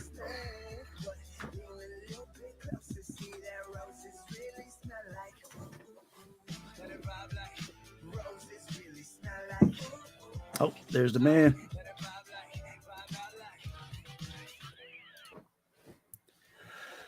Good afternoon. Boo this man. Discussing today's meeting, let me briefly address recent developments in the banking sector. In the past 2 weeks, serious difficulties at a small number of banks have emerged. History has shown that isolated banking problems, if left unaddressed, can undermine confidence in healthy banks and threaten the ability of the banking system as a whole to play its vital role in supporting the savings and credit needs of households and businesses. That is why, in response to these events, the Federal Reserve, working with the Treasury Department and the FDIC, took decisive actions to protect the U.S. economy and to strengthen public confidence in our banking system. These actions demonstrate that all depositors' savings and the banking system are safe. With the support of the Treasury, the Federal Reserve Board created the Bank Term Funding Program to ensure that banks that hold safe and liquid assets can, if needed, borrow reserves against those assets at par. This program, along with our long-standing discount window, is effectively meeting the unusual funding needs that some banks have faced and makes clear that ample liquidity in the system is available. Our banking system is sound and resilient with strong capital and liquidity. We will continue to closely monitor conditions in the banking system and are prepared to use all of our tools as needed to keep it safe and sound. In addition, we are committed to learning the lessons from this episode and to work to prevent events like this from happening again. Turning to the broader economy and monetary policy, inflation remains too high and the labor market continues to be very tight. My colleagues and I understand the hardship that high inflation is causing, and we remain strongly committed to bringing inflation back down to our 2% goal. Price stability is the responsibility of the Federal Reserve. Without price stability, the economy does not work for anyone. In particular, without price stability, we will not achieve a sustained period of strong labor market conditions that benefit all. The U.S. economy slowed significantly last year, with real GDP rising at a below-trend pace of 0.9%. Consumer spending appears to have picked up this quarter, although some of that strength may reflect the effects of swings in the weather across the turn of the year. In contrast, activity in the housing sector remains weak, largely reflecting higher mortgage rates. Higher interest rates and slower output growth also appear to be weighing on business fixed investment. Committee participants generally expect subdued growth to continue. As shown in our summary of economic projections, the median projection for real GDP growth stands at just 0.4% this year and 1.2% next year, well below the median estimate of the longer run normal growth rate. And nearly all participants see the risks to GDP growth as weighted to the downside. Yet the labor market remains extremely tight. Job gains have picked up in recent months, with employment rising by an average of 351,000 jobs per month over the last 3 months. The unemployment rate remained low in February at 3.6%. The labor force participation rate has edged up in recent months, and wage growth has shown some signs of easing. However, with job vacancies still very high, labor demand substantially exceeds the supply of available workers. FOMC participants expect supply and demand conditions in the labor market to come into better balance over time, easing upward pressures on wages and prices. The median unemployment rate projection in the SEP rises to 4.5% at the end of this year and 4.6% at the end of next year. Inflation remains well above our longer run goal of 2%. Over the 12 months ending in January, total PCE prices rose 5.4%, excluding the volatile food and energy categories. Excluding those, core PCE prices rose 4.7%. In February, the 12-month change in the CPI came in at 6%, and the change in the core CPI was 5.5%. Inflation has moderated somewhat since the middle of last year, but the strength of these recent readings indicates that inflation pressures continue to run high. The median projection in the SEP for total PCE inflation is 3.3% for this year, 2.5% next year, and 2.1% in 2025.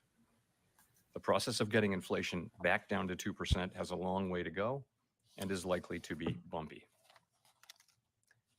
Despite elevated inflation, longer-term inflation expectations appear to remain well anchored, as reflected in a broad range of surveys of households, businesses, and forecasters, as well as measures from financial markets. The Fed's monetary policy actions are guided by our mandate to promote maximum employment and stable prices for the American people. My colleagues and I are acutely aware that high inflation imposes significant hardship as it erodes purchasing power, especially for those least able to meet the higher costs of essentials like food, housing, and transportation. We are highly attentive to the risks that high inflation poses to both sides of our mandate, and we are strongly committed to returning inflation to our 2% objective. At today's meeting, the committee raised the target range for the federal funds rate by a 1/4 percentage point, bringing the target range to 4.75% to 5%. And we are continuing the process of significantly reducing our securities holdings. Since our previous FOMC meeting, economic indicators have generally come in stronger than expected, demonstrating greater momentum in economic activity and inflation. We believe, however, that events in the banking system over the past 2 weeks are likely to result in tighter credit conditions for households and businesses, which would in turn affect economic outcomes. It is too soon to determine the extent of these effects, and therefore too soon to tell how monetary policy should respond. As a result, we no longer state that we anticipate that ongoing rate increases will be appropriate to quell inflation. Instead, we now anticipate that some additional policy firming may be appropriate. We will closely monitor incoming data and carefully assess the actual and expected effects of tighter credit conditions on economic activity, the labor market, and inflation. And our policy decisions will reflect that assessment. In our SEP, each FOMC participant wrote down an appropriate path for the federal funds rate based on what that participant judges to be the most likely scenario going forward. If the economy evolves as projected, the median participant projects that the appropriate level of the federal funds rate will be 5.1% at the end of this year, 4.3% at the end of 2024, and 3.1% at the end of 2025. These are little changed from our December projections, reflecting offsetting factors. These projections are not a committee decision or plan. If the economy does not evolve as projected, the path for policy will adjust as appropriate to foster our maximum employment and price stability goals. We will continue to make our decisions meeting by meeting based on the totality of the incoming data and their implications for the outlook for economic activity and inflation.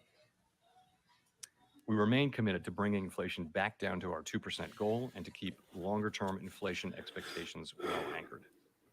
Reducing inflation is likely to require a period of below trend growth and some softening in labor market conditions. Restoring price stability is essential to set the stage for achieving maximum employment and stable prices over the longer run. To conclude, we understand that our actions affect communities, families, and businesses across the country. Everything we do is in service to our public mission. We at the Fed will do everything we can to achieve our maximum employment and price stability goals. Thank you. I look forward to your questions. He doesn't have that "I look forward to your questions" look on his face. How confident is the committee that the recent stress that we've seen and you've alluded to is contained at this point, and that deposit flight among mid-sized lenders in particular has ceased?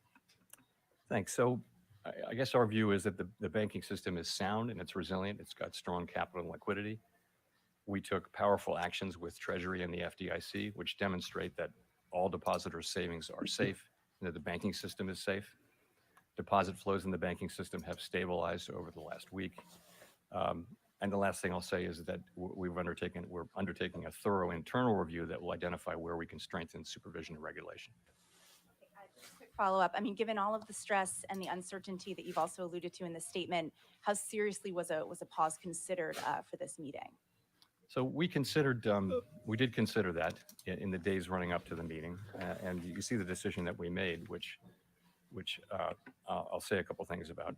First, it was supported by a very strong 5.1 by the end of why, and really this year.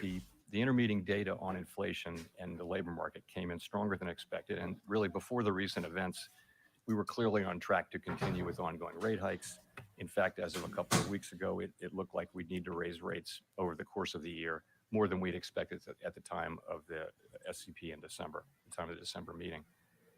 We are committed to restoring price stability, and all of the evidence says that the public has confidence that we will do so, that we'll bring inflation down to 2% over time. It is important that we sustain that confidence with our actions as well as our words. So we also assess, as I mentioned, that the events of the last 2 weeks are likely to result in some tightening of credit conditions for households and businesses, and thereby weigh on demand, on the labor market, and on inflation.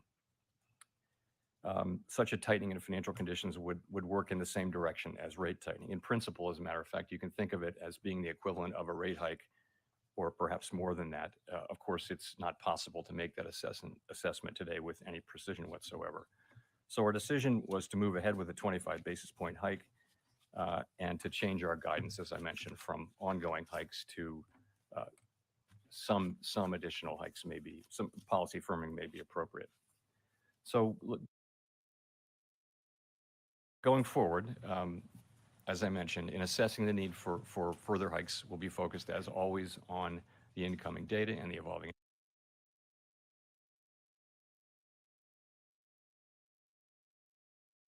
outlook, and in particular on our assessment of the actual and expected effects of credit tightening.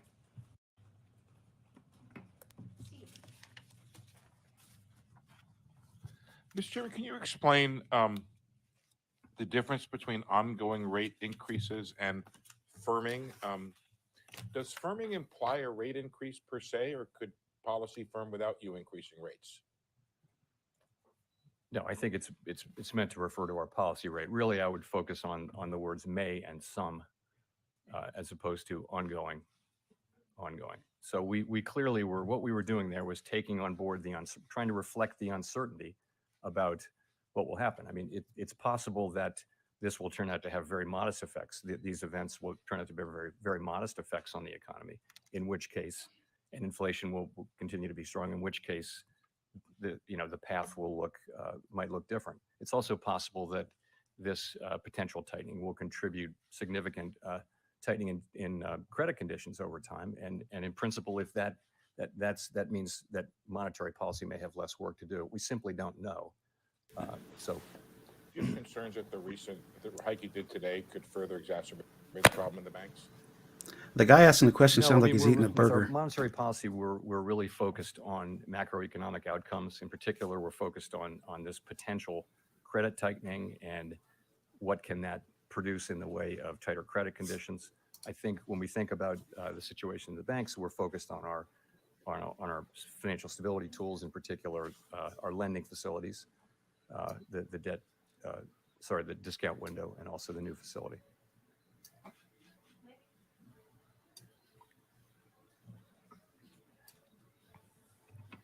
Nick Timmeros of the Wall Street Journal. Chair Powell, in your testimony 2 weeks Or that. ago, you had indicated you thought the terminal rate would be higher. Obviously, that was before the stress in the banking sector.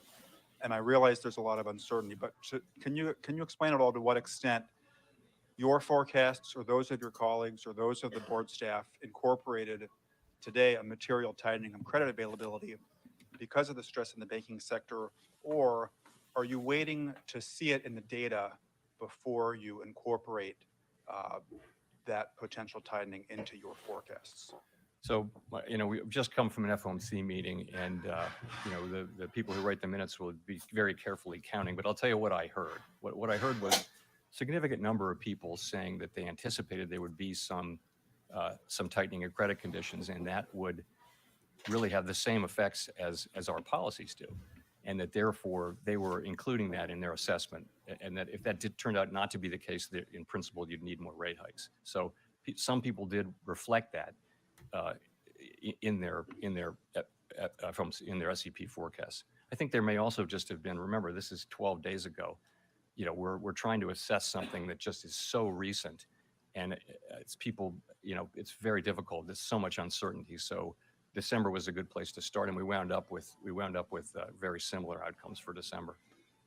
And in a way, the data in the first 5 weeks of the intermediate period, pointed to stronger inflation and stronger labor market. So that pointed to higher rates, and then this latter part, kind of the possibility of credit conditions tightening, really offset. I agree, that. Steve.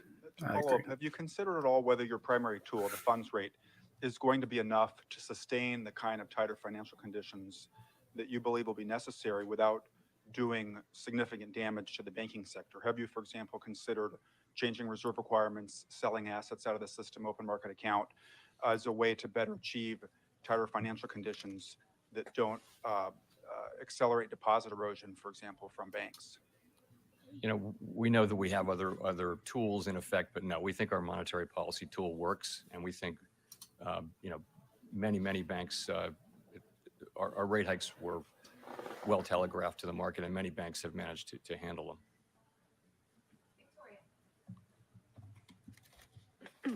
Hi, Victoria Guida with Politico.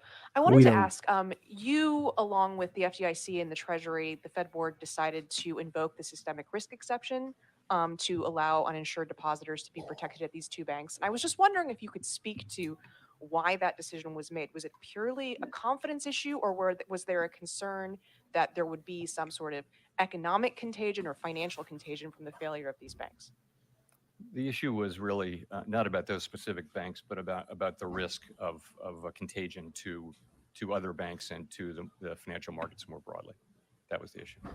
Okay, and then can you also, just to follow up, can you speak to the role that you will be playing in the Fed's internal investigation on its supervision and regulation? So Vice Chair Barr is of course leading that review, and he's responsible for it in his capacity as Vice Chair for Supervision.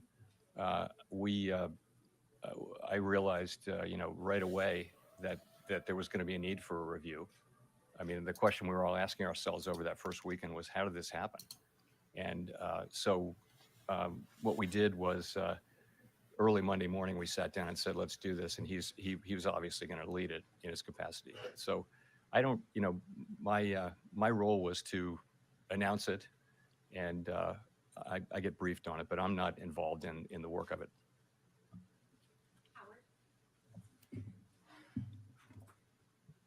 Hi, Chair Powell, Howard Schneider from Reuters. So I want to go back to your February press conference. You mentioned the word disinflation, I believe, 9 or 10 times, a process that you felt was, I forget the word you used, but gratefully underway or something like that. Is disinflation still occurring in the U.S. today? Yes. I mean, what actually happened, Howard, was I got the question 12 times. So maybe it's a feature, not a bug. But he's hilarious. So, but yeah, absolutely the same. The story is intact. So it's really three parts, right? Goods inflation has been coming down now for 6 months. It's proceeding more slowly than we would have liked, but it's certainly proceeding.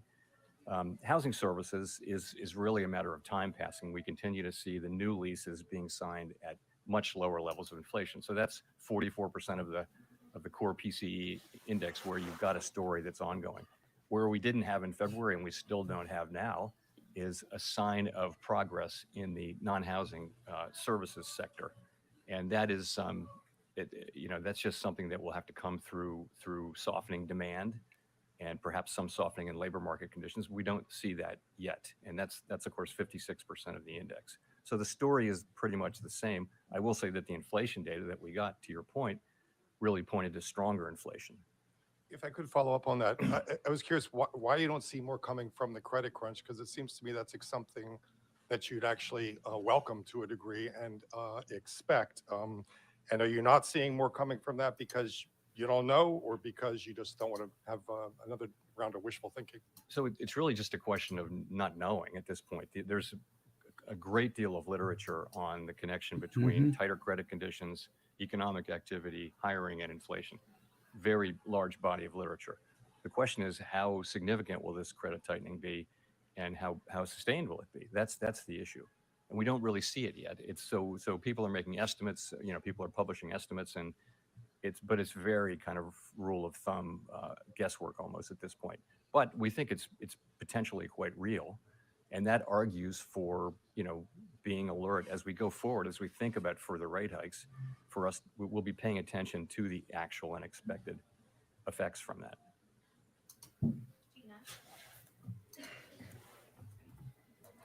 Hi, Chair Powell. Gina Smilek from the New York Times. Thank you for taking our questions.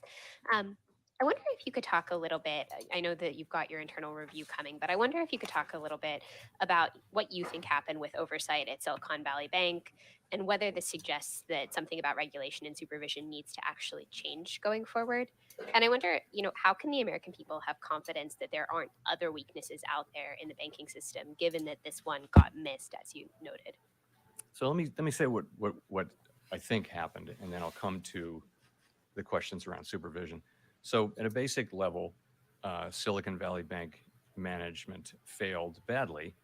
They grew the bank very quickly. They exposed the bank to significant liquidity risk and interest rate risk, didn't hedge that risk.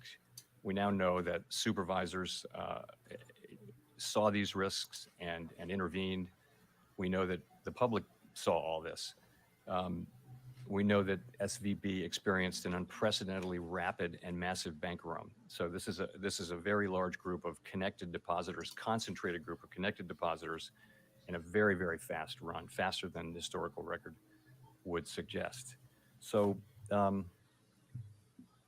as for us, so for our part, we're doing a review of supervision and regulation. My only interest is that we identify what went wrong here.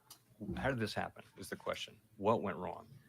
Try to find that. We will find that. And then make an assessment of what are the right policies to put in place so that it doesn't happen again, and then implement those policies. It would be inappropriate for me at this stage to offer my views on what the answers might be. I simply can't do that. Vice Chair Barr is leading this, and I think he's testifying next week. So, but that will be up to him. So that's really where it is. The review is going to be thorough and transparent. It is clear to your last question. It's clear that we do need to strengthen supervision and regulation, and I assume that there will be recommendations coming out of the report, and I plan on supporting them and supporting their implementation. And the final point, can we feel confident that these weaknesses don't exist elsewhere, given that they got missed at this bank? These are not weaknesses that are at all broadly through the banking system. This was a bank that was an outlier in terms of both its percentage of uninsured deposits and in terms of its holdings of duration risk. And again, supervisors did get in there, and they were, as you know, obviously, they were on this issue, but nonetheless, this still happened. And so that's really the nature of the of the review, is to discover that. Michael McKee from Bloomberg Radio and Television. You've been very consistent in saying that the Fed would be raising interest rates and then holding them there for quite some time. Following today's decision, the markets have now priced in one more increase in May, and then every meeting the rest of this year, they're pricing in rate cuts. Are they getting this totally wrong from the Fed, or is there something different about the way you're looking at it, given that you're now thinking that moves might be appropriate as opposed to ongoing? So we published an SEP today, as you will have seen, and it shows that basically participants expect relatively slow growth, a gradual rebalancing of supply and demand in the labor market, with inflation moving down gradually. In that most likely case, if that happens, participants don't see rate cuts this year. They just don't. I would just say, as always, the path of the economy is uncertain, and policy is going to reflect what actually happens rather than what we write down in the SEP. But that's not our baseline expectation. Well, if I could follow up and ask, as you look forward into the rest of the year here, are you saying that what you see and the 5.1% basically consensus is based on it will be sufficiently restrictive, or is it leavened by the idea of you don't know what's going to happen? In other words, what should people think about in terms of how the Fed thinks about how far it is from the terminal? It's going to depend. Remember, we're looking for purposes of our monetary policy tool, we're looking at what's happening among the banks and asking, is there going to be some tightening of credit conditions? And then we're thinking about that as effectively doing the same thing that rate hikes do. So in a way, that substitutes for rate hikes. So the key is we have to have policies got to be tight enough to bring inflation down to 2% over time. It doesn't all have to come from rate hikes. It can come from tighter credit conditions. So that we're looking at, and it's highly uncertain how long the situation will be sustained or how significant any of those effects would be. So we're just going to have to watch. In the meantime, and obviously at the end of the day, we will do enough to bring inflation down to 2%. No one should doubt that.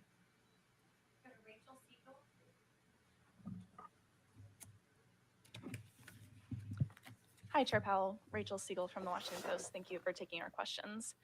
I know we've talked a bit about how Silicon Valley Bank was unique to a certain sector of the economy, but there's also growing concern that there are financial stability risks from the commercial real estate market and loans that will begin to roll over later this year and next, and that smaller regional banks also disproportionately hold those loans.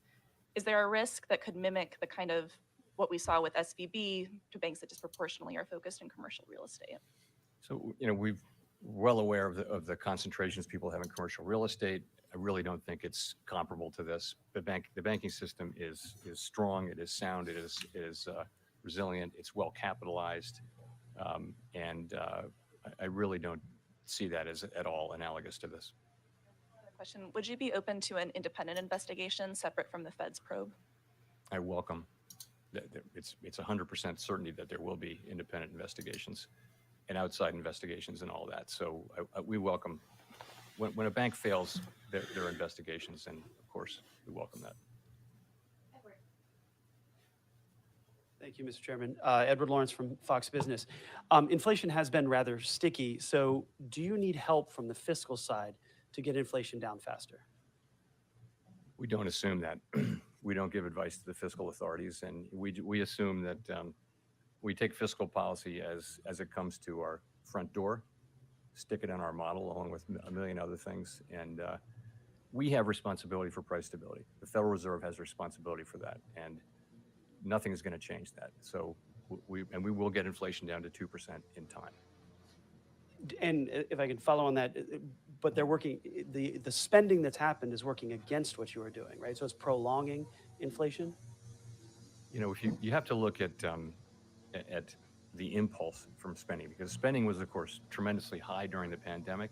And then as the pandemic programs rolled off, spending actually came down. So the sort of fiscal impulse is actually not what's driving inflation right now. It was at the beginning, perhaps part of what was driving inflation, but that's not really the story now. Hi, Chair Powell. Neil Irwin with Axios. Two questions about aspects of the government's response on Silicon Valley Bank 2 weekends ago. First, why is this new bank funding facility done under Emergency 13.3 authority as opposed to expansion of the discount window, changing the terms of the discount window that's been around a long time? And second, can you discuss the Fed's role in the FDIC guarantee of uninsured depositors and why there's $143 billion on your balance sheet last week supporting that deposit guarantee? Sure. So 13.3 seemed like the right, we have a little more flexibility under Section 13.3. We've done quite a lot under discount window as well. We needed to do a special facility that was designed a certain way, so we did it under 13.3. Really no magic to that. It's only available in unusual and exigent circumstances, and it has to meet certain requirements, but it seemed to be the right place. So with the FDIC, we're lending to the, in effect, we're lending to the bridge bank. So that's where the funds came from, and it's a loan that's 100% guaranteed by the FDIC, so there's no risk in it for us. Thank you, Chris Rugaber at Associated Press. The SEP suggests one more rate hike, as does the change in the language in the statement, and which suggests that you're perhaps nearing the end of a cycle of rate hikes. Do you feel, though, that if inflation remains high, you'll be able to resume additional hikes as needed, or have you somewhat tied your hands here with these signals about rate hikes coming to an end? No, absolutely not. No, if we need to raise rates higher, we will. I think for now, though, as I've mentioned, we see the likelihood of credit tightening. We know that can have an effect on the macroeconomy, on demand, on labor market, on inflation, and we're going to be watching to see what that is. And we'll also be watching what's happening with inflation and in the labor market. So we'll be watching all those things, and of course we will eventually get to tight enough policy to bring inflation down to 2%. We'll find ourselves at that place. Hi, Chair Powell. Thanks for taking the question. Kyle Campbell with American Banker. I have a couple questions about the balance sheet. First of all, I'm curious at what point the financial supports that the Fed is extending through the discount window and through its enhanced lending facility might be at odds with the objective of reducing the balance sheet. And I'm also curious what your thoughts are on not just the availability of reserves, but the distribution of them throughout the banking system, and at what point you might be concerned about it being scarce for certain banks. So people think of QE and QT in different ways. So let me be clear about how I'm thinking about these recent developments. So recent liquidity provision that has increased the size of our balance sheet, but the intent and the effects of it are very different from when we expand our balance sheet through purchases of longer-term securities. Large-scale purchases of long-term securities are really meant to alter the stance of policy by pushing up the price and down the rates, longer-term rates, which supports demand through channels we understand fairly well. The balance sheet expansion is really temporary lending to banks to meet those special liquidity demands created by the recent tensions. It's not intended to directly alter the stance of monetary policy. We do believe that it's working. It's having its intended effect of bolstering confidence in the banking system and thereby forestalling what might otherwise have been an abrupt and outsized tightening in financial conditions. So that's working. In terms of the distribution of reserves, we don't see ourselves as running into reserve shortages. We think that our program of allowing our balance sheet to run off predictably and passively is working.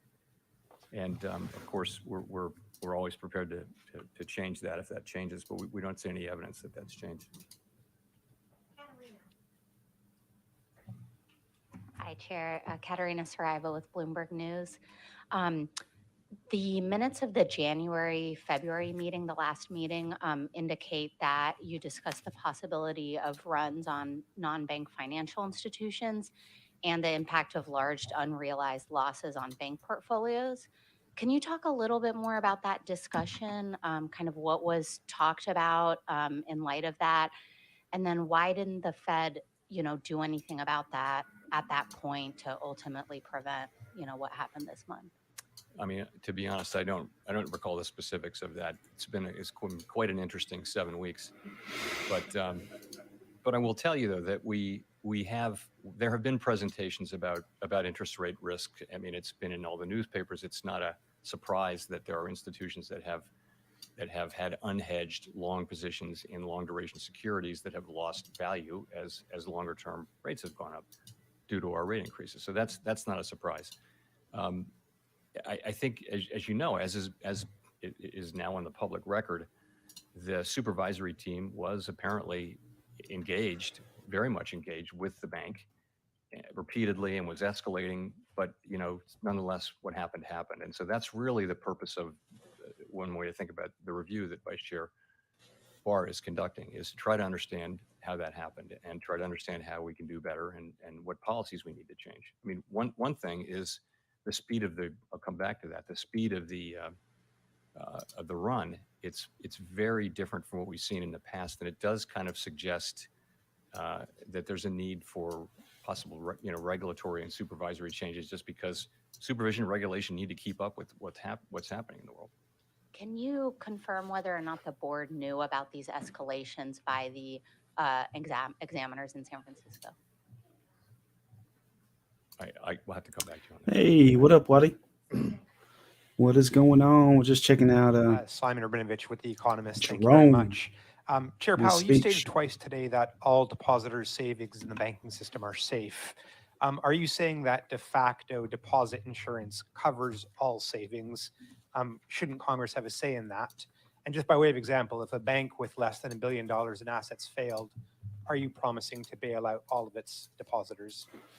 Well, I'm not saying anything more than I'm saying. So, but what I'm saying is you've seen that we have the tools to protect depositors when there's a threat of serious harm to the economy or to the financial system, and we're prepared to use those tools. And I think depositors should assume that their deposits are safe. Thank you, Chair Powell. Greg Robb from MarketWatch. I was wondering if you could give us a little bit more color. You gave just a little bit of color. You said during the first week of the Silicon Valley weekend, you said the question you guys asked was, how did this happen when you saw Silicon Valley Bank? So I was wondering if you could go to the Credit Suisse merger. I mean, wasn't that the big gorilla in the room? Didn't you breathe a sigh of relief when that merger happened? Thanks. Sure. So, that was really the Swiss government. We, of course, were following it over the course of the weekend, and we were engaged with their authorities in the way that you would expect, all the ways that you would expect. It seems to have been a positive outcome in the sense that the transaction was agreed to, and it has been, the markets have accepted it, and it seems to have gone well. And I think there was a concern that it might not go well. So coming into the middle of this week, yes, I would say that has gone well so far.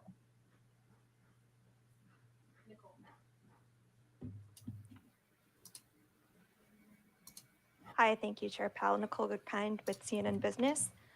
In the summary of economic projections, the FOMC sees the unemployment rate increasing to 4.5% this year. I'm wondering how you anticipate preventing this from snowballing while using the admittedly blunt tools at your disposal. So that's an estimate of what will happen as demand slows and as conditions soften in the labor market. And it's a highly uncertain estimate. And I mean, there's really, we have to bring inflation down to 2%. The costs of bringing it down, there are real costs to bring it down to 2%, but the costs of failing are much higher. And if you read your history, as I'm sure you have, you can see that if the central bank doesn't get inflation back in place, make sure that inflation expectations remain anchored, you can have a long series of years where inflation is high and volatile, and it's hard to invest capital. It's hard for an economy to perform well, and we're looking to avoid that, and and to get back to where we need to be, back to where we were for a quarter century, and get there as quickly as we can.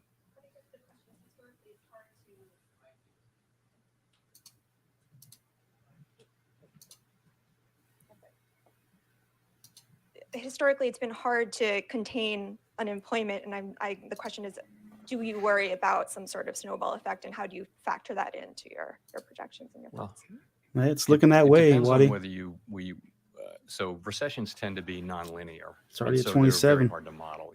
The models Seiko all work says in a kind 18. of linear way. If you have more of this, you get more of that. But And Waddy, you called 15 reactions shit tend to be a nonlinear. while That's ago. what So we don't know whether that'll happen this time. We don't know. If so, we don't know how significant it will be. And so, we're very focused on getting inflation down, because we know in the longer run that is the thing that will most benefit the people we serve. That's how we can have a long. We've had very strong labor markets through these long expansions that we've had. 4 of the 5 longest, or 3 of the 4 longest expansions in U.S. history have been really since the high inflation period. And the reason was inflation wasn't forcing the central bank to come in and stop an incipient or an expansion. You can have very, very long expansions without high inflation. And we had several of those, and they're very good for people. You see late in an expansion, you see low unemployment, you see the benefits of wages going to people Bottom at the lower end of retest, the wage yeah. spectrum. It's just a place that we should try to get back to. Hi, Chair Powell. Jean Young with Market. 0.25. I just wanted to ask, with all the events of the past 2 0.25. weeks, do you still see a possibility of a soft landing for the U.S. economy? It's too early to say really whether these events have had much of an effect. It's hard for me to see how they would have helped the possibility, but I guess I would just say it's too early to say whether there really have been changes in that. The question will be how long this period is sustained. The longer it's sustained, then the greater will be the likely declines in or tightening in credit standards, credit availability. So we'll just have to see. I do still think, though, that there's a pathway to that. I think that pathway still exists, and we're certainly trying to find it. Hi, Chair Powell, Nancy Marshall-Genzer with Marketplace. Just wondering how many financial institutions have been issued matters requiring attention or matters requiring immediate attention citations at this point? How many? I don't know. But those are serious regulatory, particularly immediate attention. That's and I guess there were 6 of them. So. And getting to the seriousness of it, how are you going to ensure that banks comply with these citations, take them seriously? How will you enforce them? That is a great question and is right in the heart of what the review will be doing under Vice Chair Barr's leadership. So I think that's what you think about. What can we do to make sure? But again, that's not for me to answer. Fuck. Specific thoughts on that? Well, Answer it. See, if I did, I wouldn't share them because I really, this review is going on, and I want nothing other than us to find out what happened and why, figure out what we can do to do better, and then implement those changes. That's all I want. It's for me to be giving you my half-formed or partially informed thoughts. It just isn't appropriate. There's a real serious review going on with people from all over the Federal Reserve System who are not connected to this, to this work, not connected to this bank, and under again Vice Chair Barr's leadership, and I'm confident that it will produce a satisfactory result. Thank you, Chair Powell. Jennifer Schonberger with Yahoo Finance. Curious, how do you view financial conditions right now? If credit becomes expensive enough, choking off growth, as you said you're watching for, would that situation warrant a rate cut? What situation would warrant a rate cut? And have the bank failures prompted any discussion around changing the implementation of the balance sheet runoff? Thank you. So we haven't really talked about changing the balance sheet implementation. That's not something we've discussed yet. As I mentioned, we're always willing to change that if we consider it's appropriate, but we're really not seeing any signs there. Sorry, then the question before that was, just give me a... Curious how you view financial conditions now, and if credit were to tighten enough, if that would prompt a rate cut. So,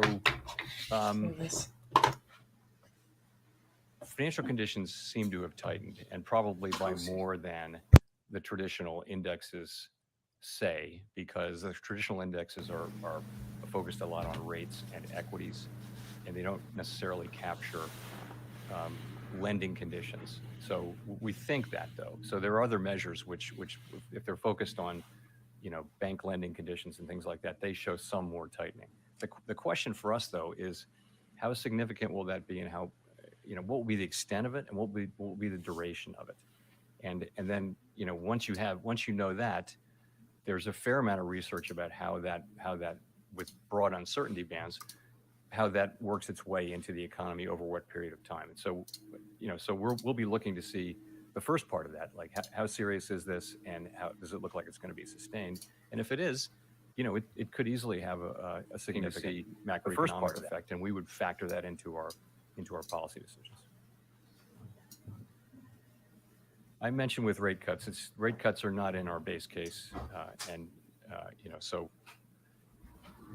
that's all I have to say. So, thank you very much.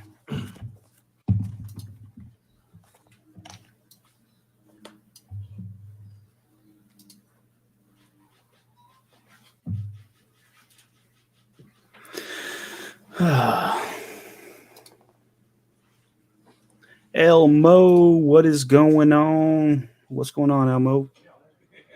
Just listening to Jerome Powell said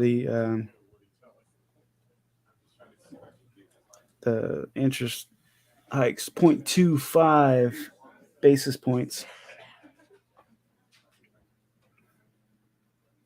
Those are so boring. Thanks for hanging out and holding your mud and checking that out. What do we got here? It looks like Bitcoin is dropping a little bit because of the news.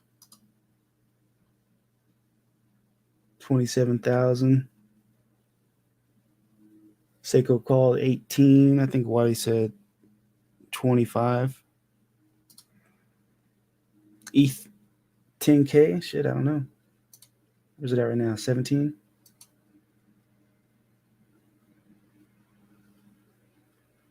If it gets 10K, then your boy's buying some ETH.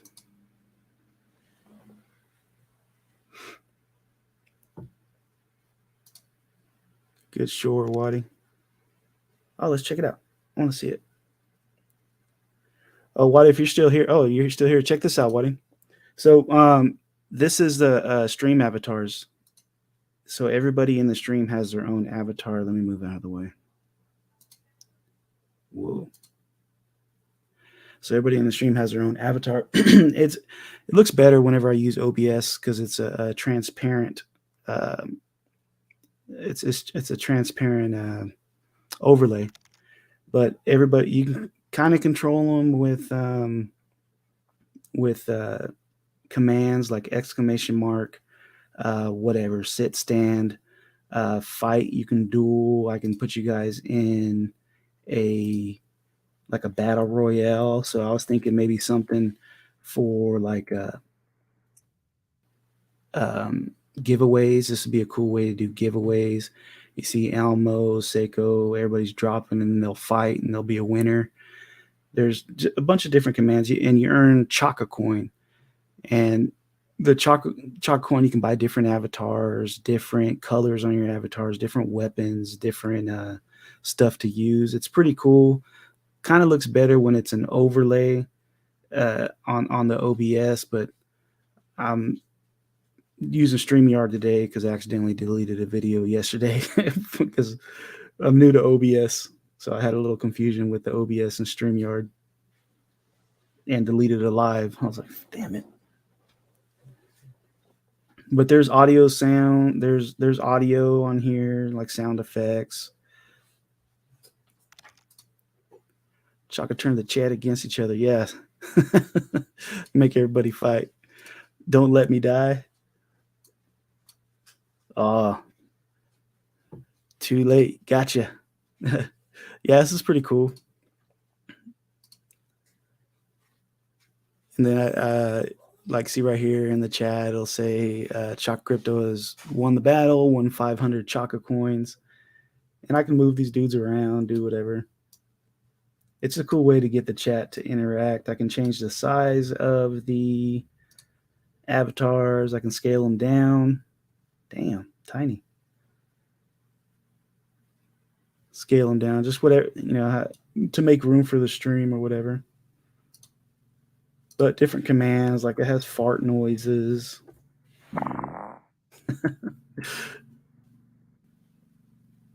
But it does look a lot better whenever it's on OBS as a screen overlay. Yeah, so I had to stream a little bit longer today because I deleted my live stream yesterday, so I was kind of trying to make up for it. Rigged, how do you win? So you can duel, like if you wanted to fight somebody, you would put in like this exclamation mark duel, and then you would, hey, what's up, fan? How you doing?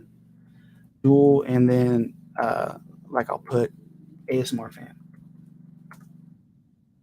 and it should show me fighting. And then she would have to accept by hitting exclamation mark accept or exclamation mark not accept. I forget what does it say? Decline. Oh, she's driving. That's not a good example. Let's see. Not fair, man. You get the biggest, ugliest dude. And I can change your guys's avatars too. But of course I'm gonna get the biggest, ugliest dude. It's my channel, bruh. You should have saw the one I had last night. It took up the whole screen. I was like, nah, that's too big. Let's see. Waddy, what up, fan? Elmo, fan, my favorite. Everybody saying what up to fan. She's driving to get the kiddos home. Just got home, catching up. Well, cool, man. Yeah, I'm just streaming, just chilling. We watched Jerome Powell's always exciting speech, saying he's bumping it up to 0.25 basis points. Did I do it right? Nah, you got to hit. If you're going to duel somebody, you have to hit exclamation mark duel, a space, and then their name. And it does look better whenever it's on OBS. But I had a little bit of confusion yesterday. Driving and dueling sounds like road rage. Yeah, it is pretty cool. I like it. It just, if it catches on, it catches on. If not, then I'll use it just for giveaways, but something different, something new. Wait, how do I decline? You hit exclamation mark decline.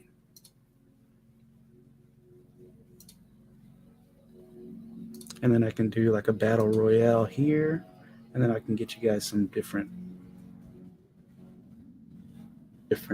avatars.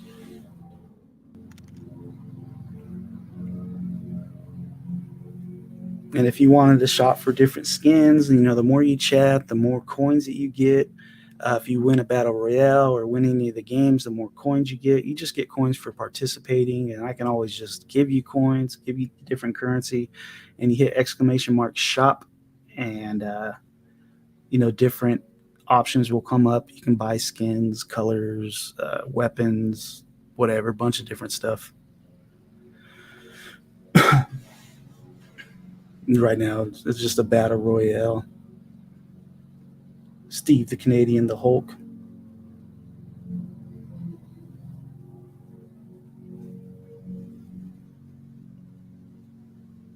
And I don't think the avatars have different attributes, but Steve has been killing it with the Hulk, so maybe they do.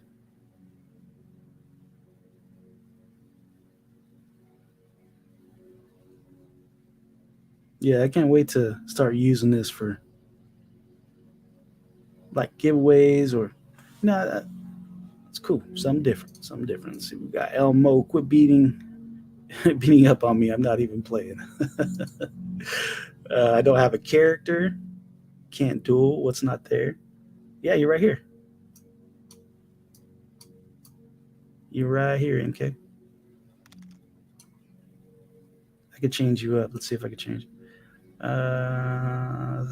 Like MK, you're Colossus right now.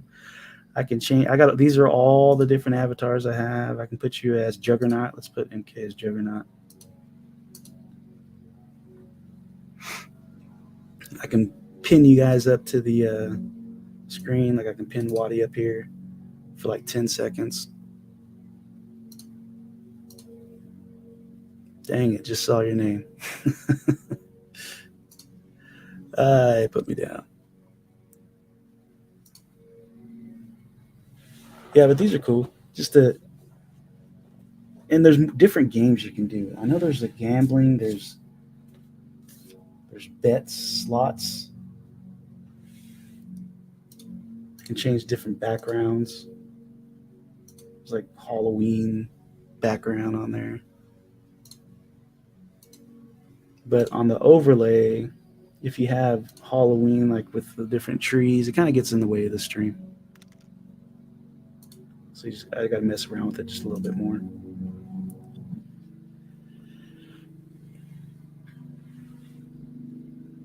Oh, what? You wanna throw down, Waddy? You gonna catch this fade, homie? Oh, I gotta hit accept. My bad.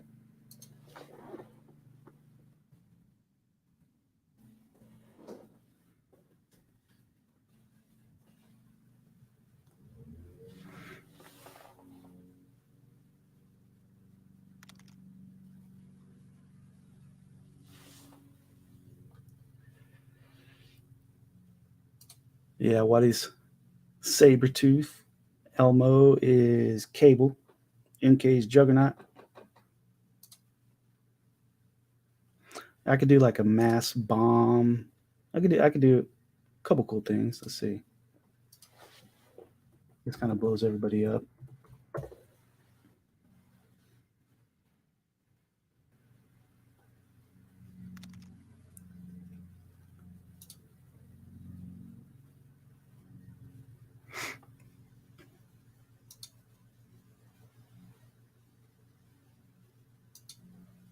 Rigged.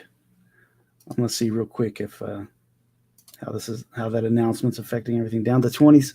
Bitcoin's down to 27.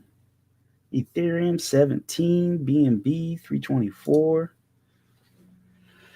It's gonna be one of those days. It's never a dull moment, especially after Jerome Powell says anything. What's funny, he is saying how bad the market was, but I was just listening to a lady. She was on Watcher Guru. Let me put it up real quick.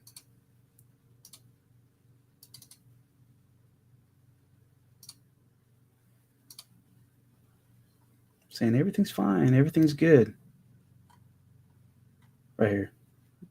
That is performing and take an economy that is performing very well.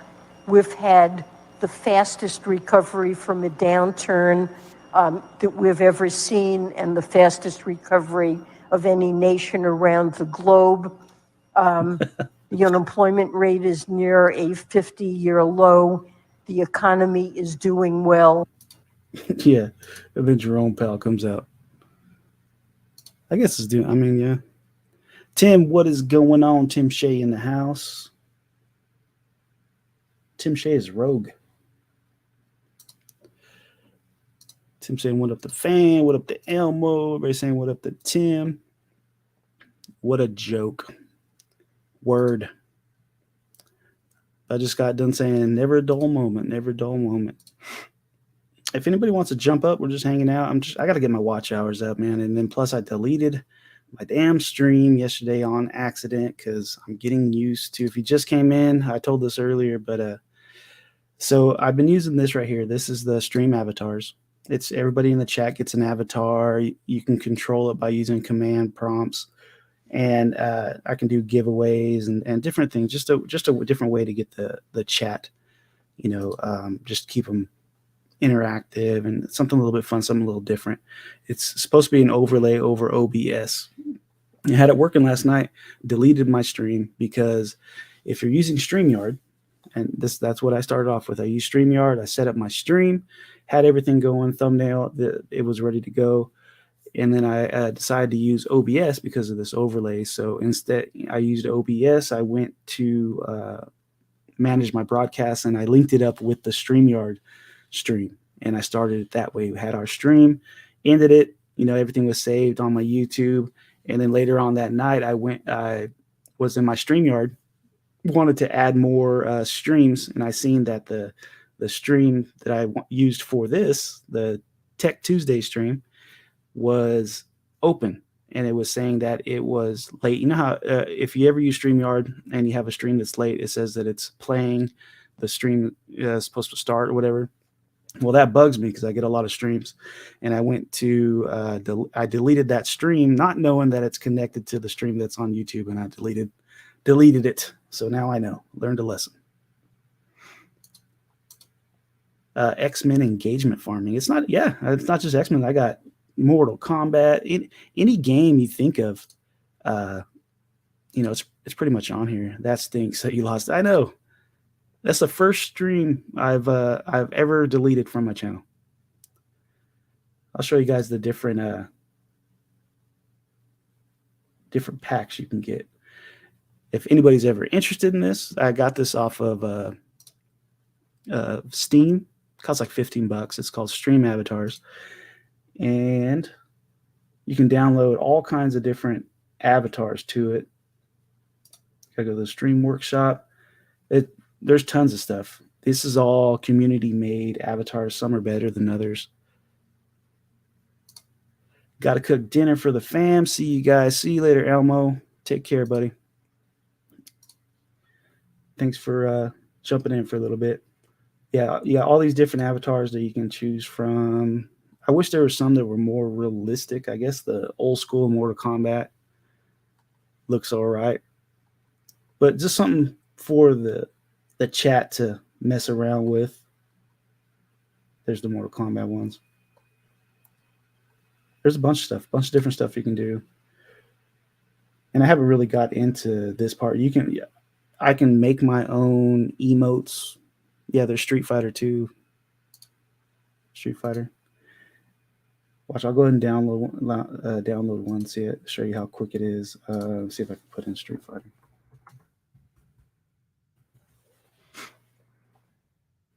Street Fighter characters. Just do Akuma.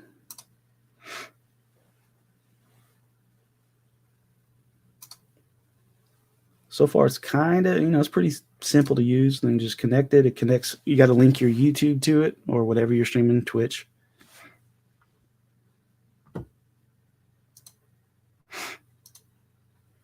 Later, Elmo. Say hi to your twin, Elmo. That's funny. And then I can change Waddy to the Street Fighter. Let's see. Hey, my son's in here too. It's kind of a cool way too to see if there's anybody not chatting. You can see that they're in the stream. Let's see.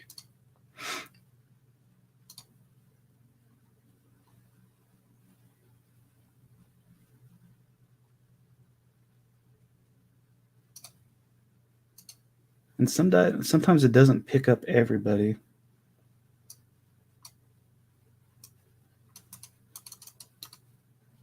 Okay, there's Waddy. We'll go ahead and change him to whatever. What was the new one? Thought Fei Long. Oh yeah, I got all the Street Fighter ones now. So we'll change Waddy to Ryu. Oh, he's tiny. That's the thing too. You have to go through and scale them all. So Waddy's a little tiny Ryu.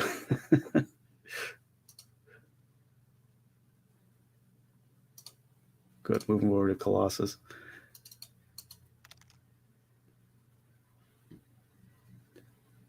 Yeah, it's pretty cool. And you can do battle royales. I'll do a battle royale. Let me change Tim. Tim's rogue right now. Let me go ahead and switch him up. Let's see. We'll make Tim, I don't know. Let's see what we got here. Spider-Man. Tim is Spider-Man. Yeah. I switched you up. I'm probably going to delete that pack. Let's see. Let's go switch up Jay. We'll make him, I don't know. Let's see. Jay. Magneto. Deadpool. We'll put Jay as Deadpool. And this is the Battle Royale. Has a cool little animation. Little plane picks everybody up, drops everybody off, and they start fighting. Fan said, someone do me. She's ready to throw down. Did I die? Spider-Man, Spider-Man.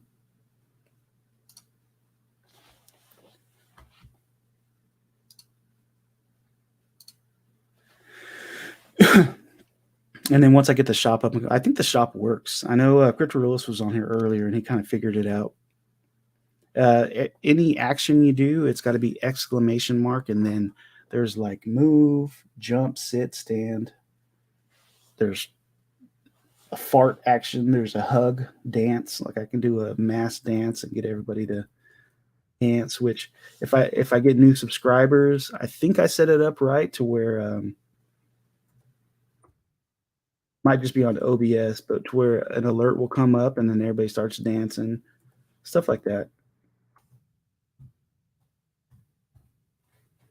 Tim Shea out there whooping on everybody.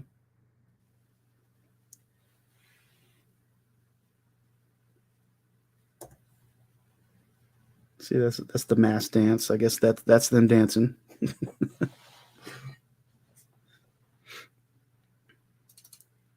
go ahead and switch fan up.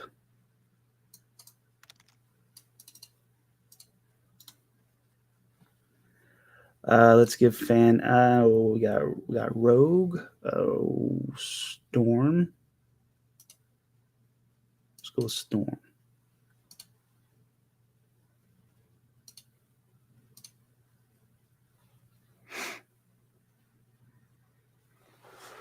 And you can duel. If you want to duel, it would look something like this. It'd be exclamation mark duel, and then a space, and then the person's name.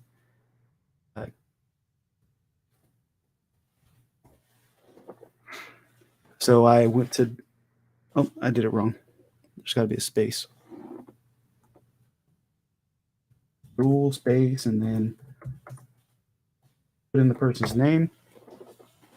And then once you get it, you just have to accept it. Just exclamation mark accept, and then you'll duel.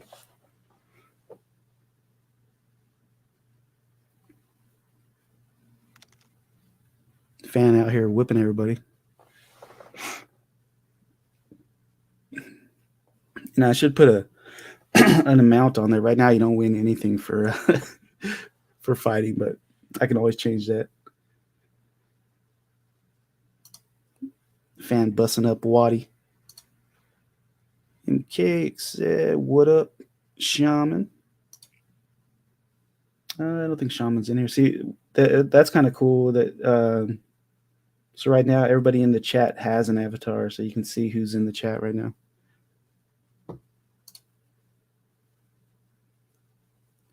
Yeah, just something different. Let me check the market real quick, see how it's doing.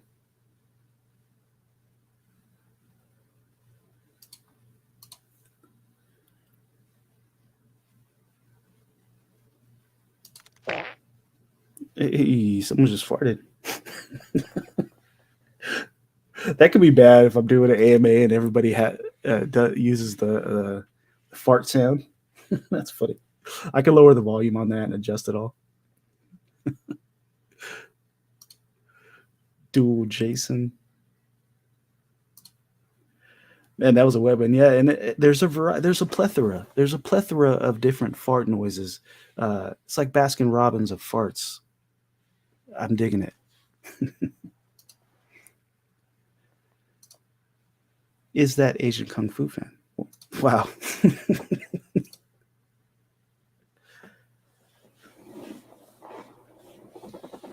Waddy, what you got going on today? You got any streams coming up? Twitter Spaces? Anything happening?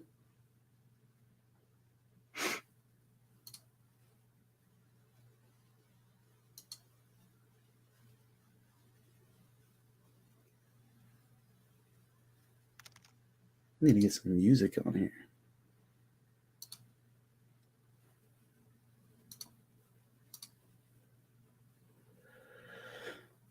And if you connect it to Twitch, you can do even more.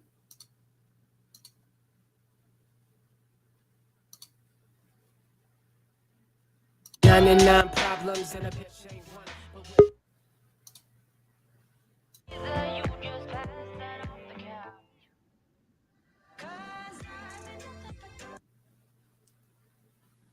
Let me pull you up one sec, Waddy. There he is, the man. What's up, brother? What's up, dude? What do you think of this avatar, the streaming avatar? It looks better. Looks better Yeah, with. no, I was gonna say this is cool, man. Like I've been trying to see if I find like a bingo or a Uno because I figured that's not gonna take too much of my my processor.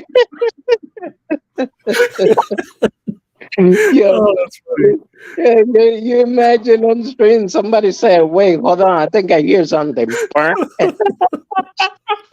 Yeah, I can see me doing an AMA and just everybody just.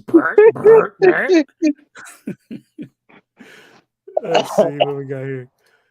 Say your name is so long, but I know it'd be cool if you could just click on the character to fight, but it's something different, dude. I like it. It looks cool with the on the OBS, the overlay.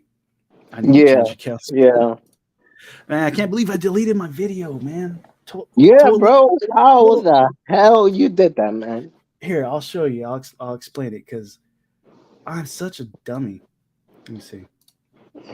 You click on delete broadcast, didn't you?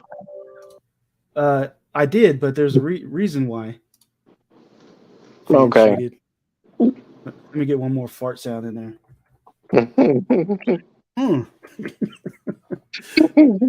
Fan cheated, no way. No, I was laughing when she said that was a wet fart. I was like, so on this is my whole OBS stuff, right? I started the link on StreamYard. Originally, I was going to use StreamYard. Damn. Pardon me. But then I figured I was going to do this avatar stream, so I went to OBS. So on OBS, mind you, the stream's already made in StreamYard. I went down here to manage broadcasts, and instead of starting an individual broadcast, I went to select existing, and I went to the Tech Tuesday, the one that was already made. So I linked them, right? And then started my broadcast. Everything was cool. The video was saved to YouTube, and then I went to StreamYard to set up other streams, and I seen that the Tech Tuesday was up, and I figured, I don't know why I thought this. I figured since I've already put the video, it's already saved to YouTube, that was over. I thought it was a separate link, so I edited it a little bit just to see if it changed the YouTube video. I changed the name. It didn't change. I was like, cool. So I just deleted the StreamYard link because it was like extra. It was in my way. And then I went back to YouTube. My video was deleted. I was like, oh, man, that sucks. damn. So now I know. I'm new to OBS, so I'm still learning. Yeah, no, I mean, I'm still stuck with StreamYard. I feel it's just easier for me. So I've been using that. But I'm not gonna lie, bro. Like, when you think about it, like, for example, I want to do some AI videos, right? But even doing AI videos, bro, I gotta pay like $30 for in video to do the whole reading, the pictures, and everything else. I was like, man, being a YouTuber, expensive, bro. Yeah. I try to stick to all. I'll do AI videos. I like doing AI videos, but yeah, I like to do the free ones, the ones that are free. Anything that I can do that's free. Every now and then I'll pay for some stuff, but now because there's a company called Pictory. You could do like you could copy. Okay, so one of the ideas that I told you that you could make crazy money with YouTube, it's that. So basically, you get ChatGPT. Let's say, for example, you want him to write about Bitcoin. So he'll do this summary. Let's call it an essay about Bitcoin. And then all you got to do is copy everything he wrote, go to Pictory, do AI to video, and paste it. Pictory with a P? Pictory? Pictory, yeah, Pictory.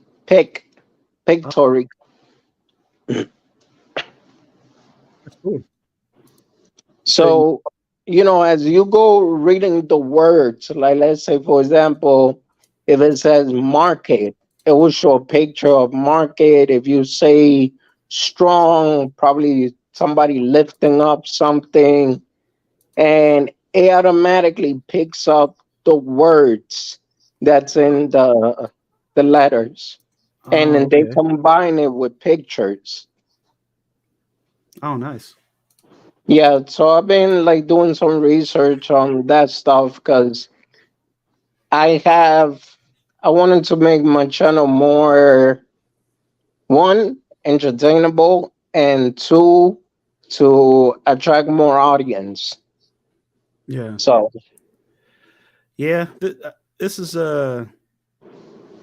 something different. So I figured I'd give this a shot. yeah, no, and this is cool too because it's fun. And what's cool about it is you can name the coins that you earn for stuff. So Chaka coin is what you get whenever you win like battles or stuff like that, and Yeah, then you can buy different avatars with it. I Still kind of mean, not the kinks, but well, you got the Chaka coin, and I got the WFI. there you go. What is it? The Wadi Finance? What in financing? I think I'll put that on there. Every time you win a fight, you'll win some Wadi Finance. Yeah, man. I don't know why, but somebody told me that the sticker they actually look too small. But man, if you look at my stickers for members, you're gonna laugh, bro. Oh, you did all that? What do you got? What'd you put on there? Here I was saying you actually check your Telegram. Is it gonna Oh, freeze for me? Hold on. okay. Hold on.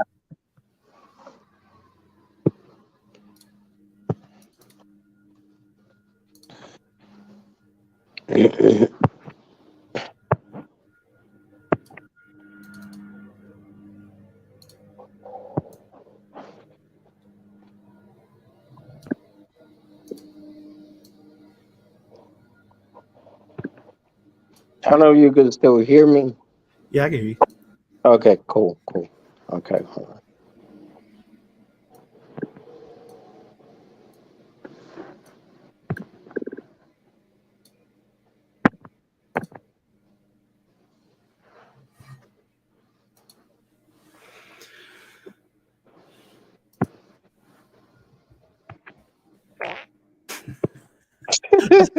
That's the most important thing. That was the first thing I worked on. I was like, I gotta get these fart noises Oh man, that's funny. before anything else. Not even the shop, all that stuff. Fart noises came first. You can't see Wadi's stickers using the phone. Oh, okay. I should have warned you. What a badass I was, fan. Should have warned you.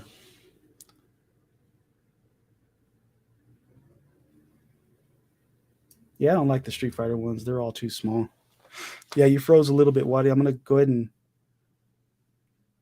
just whenever you're back on, just wave to me. I don't want to leave you frozen on the screen. Oh, there you are. I'm gonna go ahead and pull you up, bud. All right. Yeah, check on your Telegram. All right, let's see here. I mean, you pull it up on the screen. That's cool too. It's just funny. How the heck did you do that?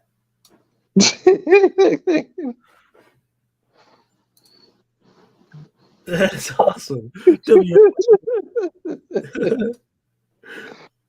What's up? That's cool. The hot dogs, super pump. So that's how it works. You can make your own stickers. Not really. So I did that with freaking Snapchat, bro, and I'll screenshot it. So this is just a regular selfie right here, right? Yeah. Yeah. I seen you working out. What? That's pretty cool, man. So what do you got planned for today? Do you have any streams? Just a stream later on tonight, 7 p.m. Other than that, I got nothing else. So just trying to focus on working on my channel and see what else I could do. At 5 p.m., there's a Twitter space with Dr. Crypto. Mm-hmm. So yeah. Yeah, dude, I got to get my watch hours up, man. Definitely got to get my watch hours up. No, I told you, man, I got you. But I'll talk to you upstream. That's Oh for yeah, sure. cool. Yeah. Yeah, the subscribers came quicker than I thought. I was like, wow, that's awesome. And then I just never really caught up on my watch hours. Oh, that what stickers are for? Yeah, so basically I was having a hard time with the membership when I was setting it up, and it asks you to upload stickers, but you got to put it 32 by 32. And then Oh, when I got a couple of pictures, it was telling me that the aspect ratio, it had to be 1 1 1, and it wasn't fitting. So, man, I took a whole day trying to figure that crap out. And then I was like, hold on. I went to Snapchat, copy it, screenshot, done. There goes my membership stickers. oh, nice. Yeah. Shaman out here destroying everybody with could not find a signal. Yeah, that's cool, man. And what you think about Microsoft trying to create a digital wallet? They're already testing it. Oh, that's For going to crypto. be that's a great move for crypto adoption. I think that's a That's huge what move I said. because just think like you go to anything on Microsoft, you Google or whatever, like a place where you want to purchase, like say Amazon or whatever. That's going to give you the option, maybe, possibly. Do you want to pay with crypto? Do you want to use crypto to? Yeah. It's a good way to get the ball going. Yeah, that's why, when I did the video, man, I was getting hype. I'm like, yeah, baby. And these people trying to take crypto down, and look at that. Big companies are saying no. Yeah, and then speaking of AI, I think it was pardon me. I think it was, it was Microsoft. I just seen it. I talked about it earlier. Yeah, I think it's Microsoft making a open AI for their own open AI. I forget what it's called. I think it's called Copilot. Bing? It's called No, Copilot. ain't it Bing AI? Because I saw something like that too. This one's called Copilot. So it's it say for meetings, work meetings, it collects all the data, so you don't have to go to the work meeting. You just ask the AI, hey, what happened? Give me a rundown. Like it's crazy. This stuff's getting bigger and bigger. I think they're just making human lazier and lazier because And if you lazier don't and got to lazier. go to the meeting, you just send your AI. That's it, bro. And even on in crypto, people put AI like the or GPT. I'm seeing that a lot now. There's a crypto GPT. There's all kinds of GPT. Yeah. And that crypto GPT kind of, as soon as all different, the Chat GPT 4 came out, that thing blew up. Yeah. Yeah. Ajax blew up, but that's a real crypto. There's one that I was looking at today. It's called Body AI. They're actually on pre-sale right now, on pink sale. Mm-hmm. And it looks interesting, man, but I want to do more research before I actually talk about it, because if it turns out to be one of those ruggy rugs, Yeah. yeah. Like the I actually was gonna talk about I same here. I gotta do more research, but there was that crypto GPT that I was looking at, and Yeah. they're implementing a lot of AI. I don't actually know what it does. Don't know what the use case is, but they have, just because it has an AI like avatar that you can customize, put your own voice and talk. I think people are just jumping on it, but they don't really know what it does, and I don't even know what it does yet. I don't even know if Yeah. it has any use case, or if it's just an AI that you can just mess around with. Chris Yeah, Ortiz, basically, what's cracking? I haven't looked it up myself. I seen it a lot, like it pops up on certain crypto news. They have the advertisement, but I haven't looked into it. The one that I'm telling you, Body AI, that actually tracks like your sweating, if you're running tracks. It has to do more like with fitness, more like the smartwatch. Oh, nice. Chris, Yeah. I've had So the whole. I mean, huh? I've had the whole family pop in. I had my wife jump in earlier. Had my son in here. You know, your nephew, and then I got Yeah. Chris Ortiz, my bro. Nice, nice. And Shaman asks, is that a house phone? What the fuck? I got a house phone too, dude. I got a landline. Yeah, hello. You know, I don't want the government having my cell phone, even though they probably got it anyway, but Yeah. Yeah, Mhm. my house phone works good. Dr. Rob in the house. What's up, MMAI family? We're chilling. Dr. Rob.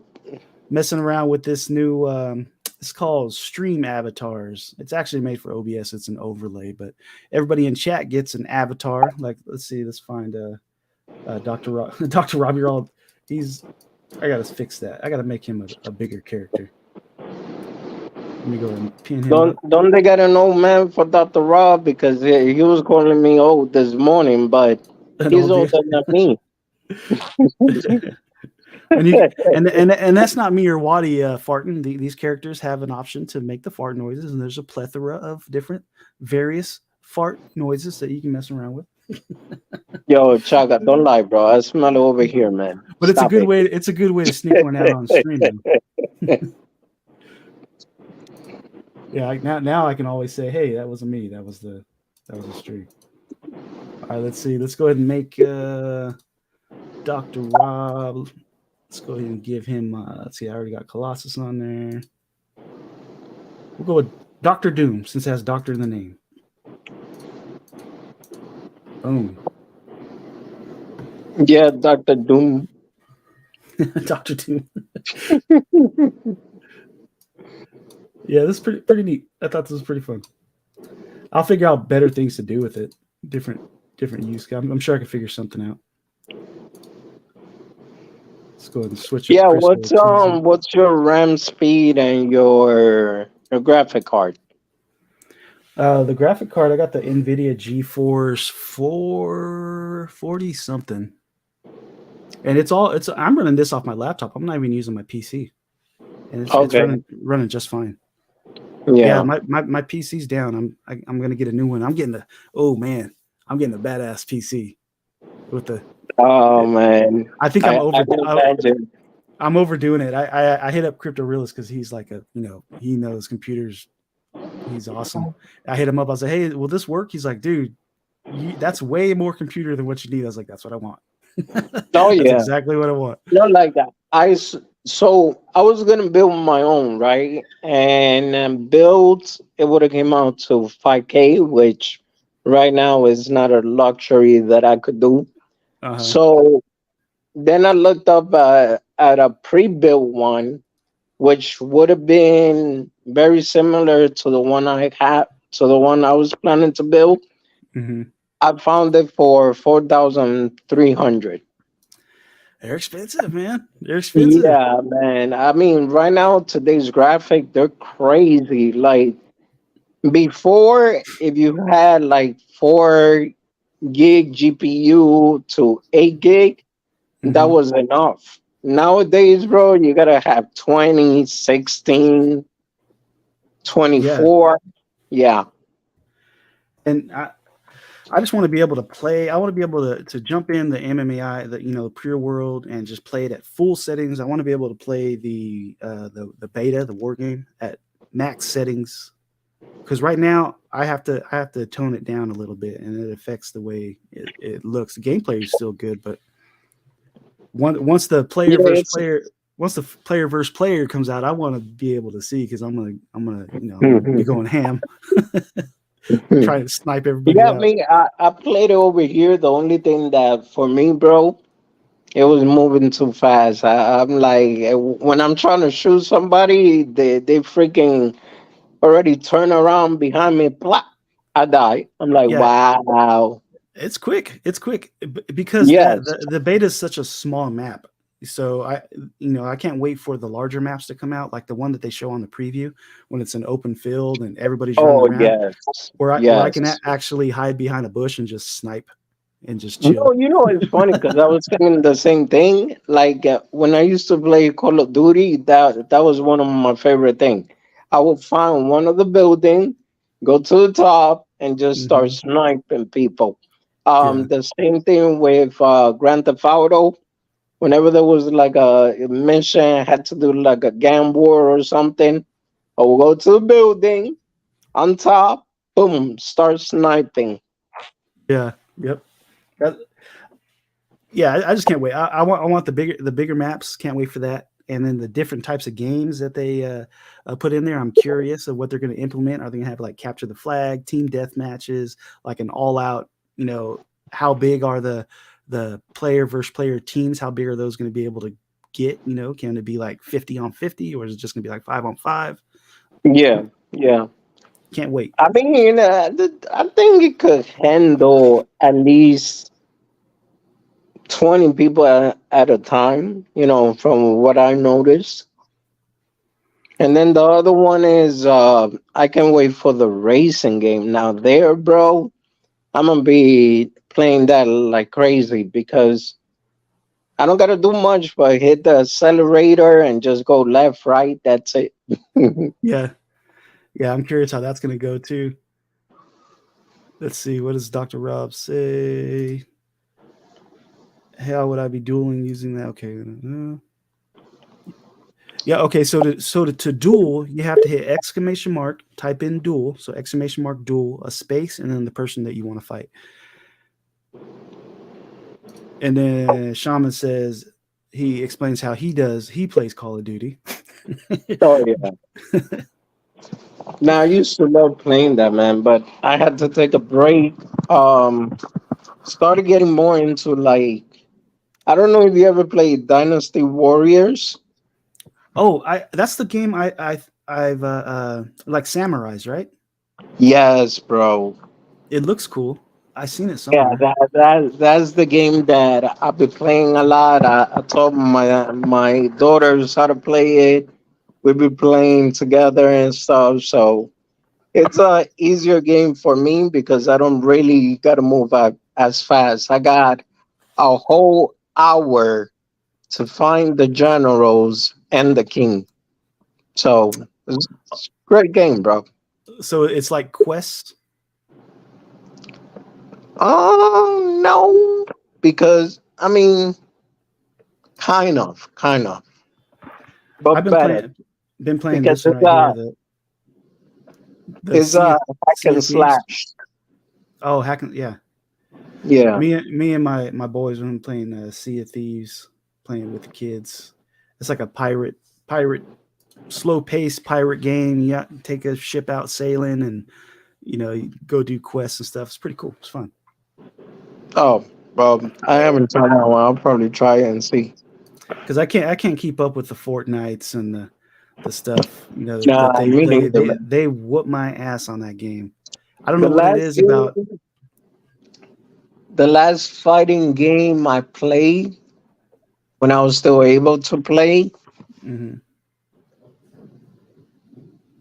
I think it was Mortal Kombat 4. Oh, Yeah, okay. that was the last game I played.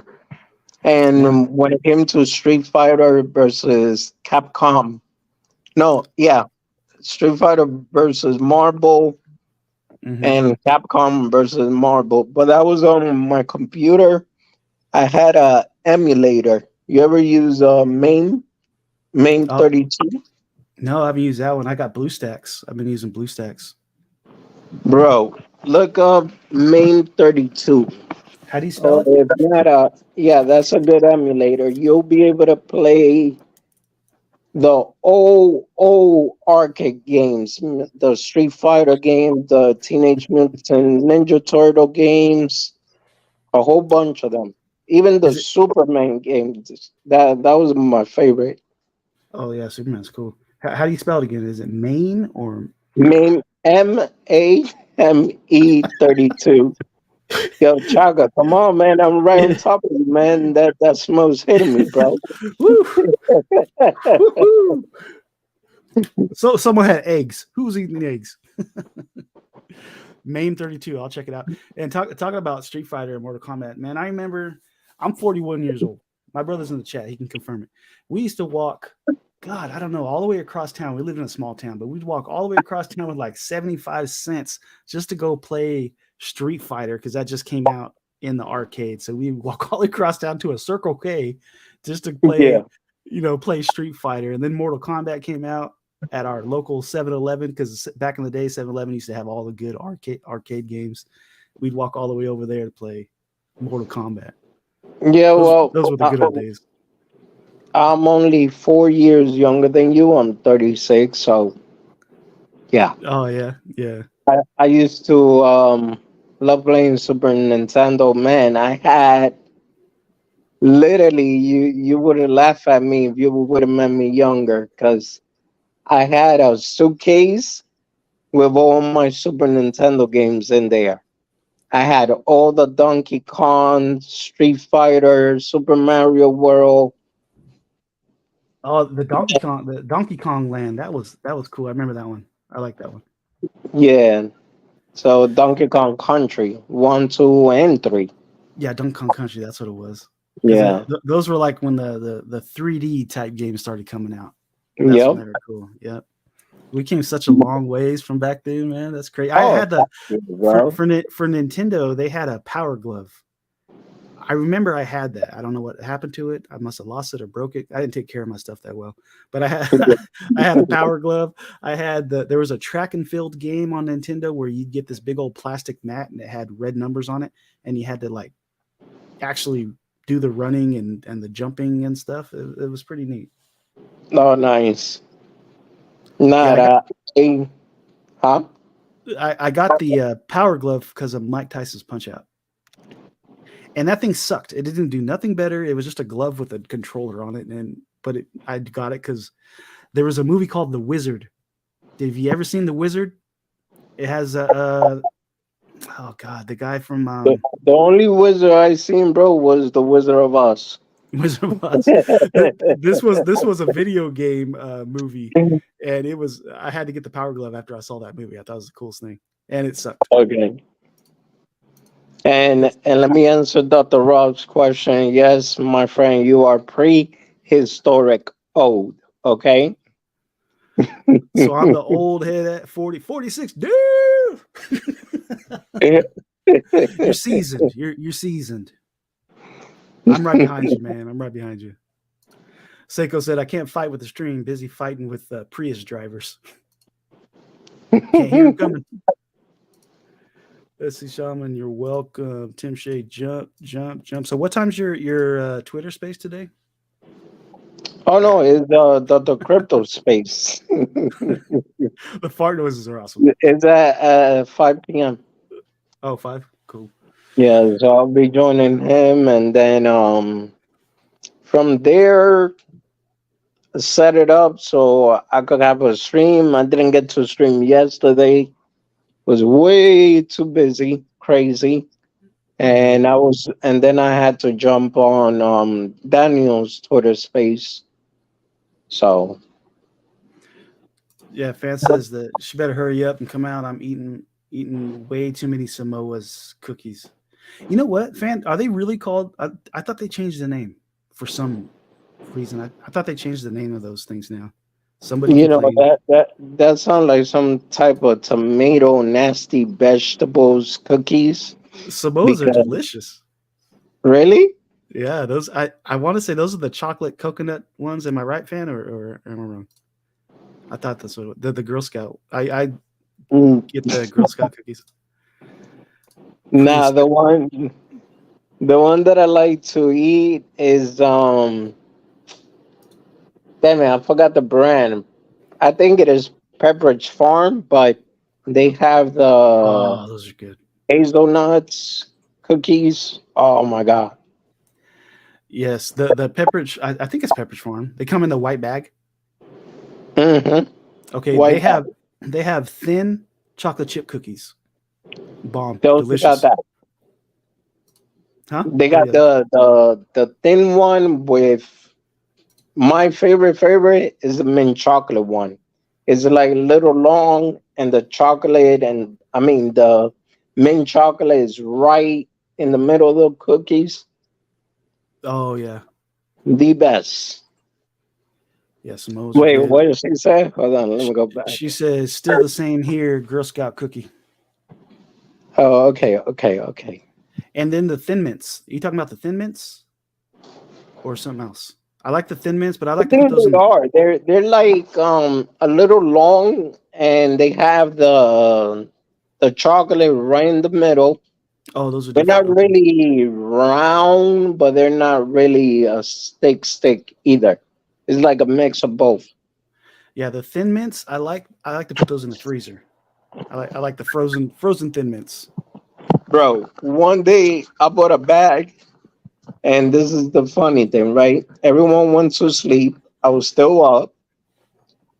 Man, I got hungry. What were you doing to get the munchies at late at night? Bro, those cookies were gone by the next day. No, so Sean, I have a bad habit. Like from time to time, I just stay up, and I like to do other research, or if not, I turn on like a series on Netflix. Like I'm catching up again with The Flash. man, I've watched every season of The Flash up to the last 2 seasons. It was good up until like recently. They changed everything. Yeah, well, I missed a couple of seasons, so I'm at where Dr. DeBow, the man with the wheelchair. Oh, that's a good season. Yeah, so I'm watching that one, and then from there, I gotta catch up with Supergirl. Mm-hmm. Yeah, I'm a superhero fan, as you could tell. Oh, me too, man. I've watched all those. Like after that season you're watching with the Flash, the next season's good, and then you'll see the difference. You're gonna be like, it's a different show. Yeah. So, Shaman, what kind of cookies can you have? Are there gluten-free cookies? I don't know. I know my son. Dr. Rob said Milano cookies. They're good Milano? too. Milano. Yeah. I know my son had when he was younger, he had celiac. I think there is gluten-free cookies because I remember getting some cookies and then some kind of cereal that was gluten-free. I don't know what a Milano is. Do you? The Milano cookies? Yeah. What is it? Shit, let me see. Darn it. I don't have the thing here, man, but I just bought some recently. And they're good. They're good. Really good, bro. Tim Shea coming in with the peanut butter in the middle. Yes, though any cookies with peanut butter is bomb. I'm a big fan of the called Nutter Butters. So. Nutter Butters are good, dude. I like Nutter Butters. Why'd you laugh when he said Nutter Butters? That's why I was like, man, should I say it? Should I not? It's all good. Everybody eats some Nutter Butters there, Waddy. Those are the ones shaped like a peanut, right? Yep, that's it. Those are bomb. Let's see, Shub said, I watched Flash till Supergirl collaboration started getting but the first one though, the first time the Supergirl, have you gotten that far? Have you seen the crossover event with the Flash? Yeah, I seen, but I didn't get to catch the whole crossover because then I start watching. You guys watch all the CW shows? Heck yeah! What's wrong with that? Black Lightning, bomb, great show too. Yep. Flash, Yep. Supergirl. I watched all of Green Arrow. And then now they got the Justice Society or something like that. Yeah, the Justice Society. Even that's good, but I haven't really kept up with that one. Yeah, they have some gluten-free Oreos and stuff. Oh, cool. I didn't know they had that. And then the Rob said, I got a dirty mind. No, I don't. It's just, things happens when adults are around. That's all. Oh, so you haven't had the official Oreos yet, Shaman? You just had the. Is it still Oreo brand gluten-free, or is it like a Bro, right now, literally, nuts and buds? literally, I got some Oreos cake.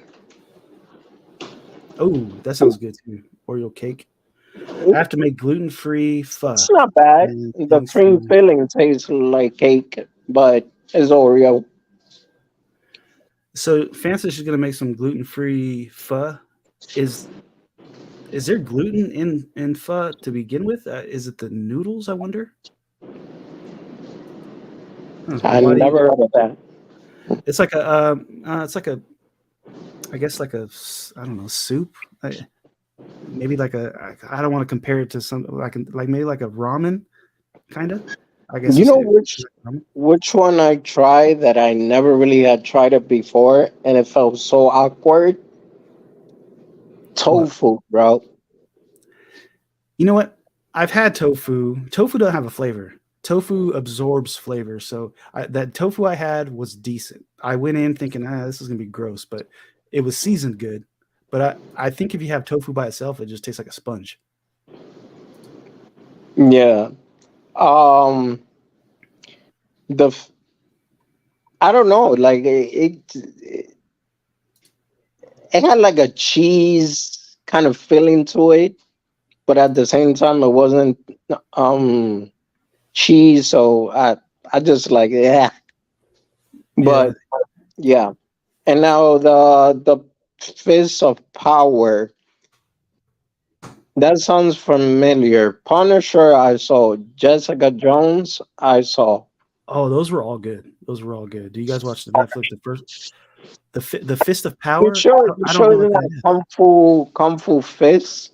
No, Because Iron Fist. Iron Fist. Iron Fist. I Yeah, think she's yeah, talking about yeah. Iron Fist. Punisher was good, and Punisher is coming back actually because they're the Daredevil, the Netflix Daredevil. He's Yeah.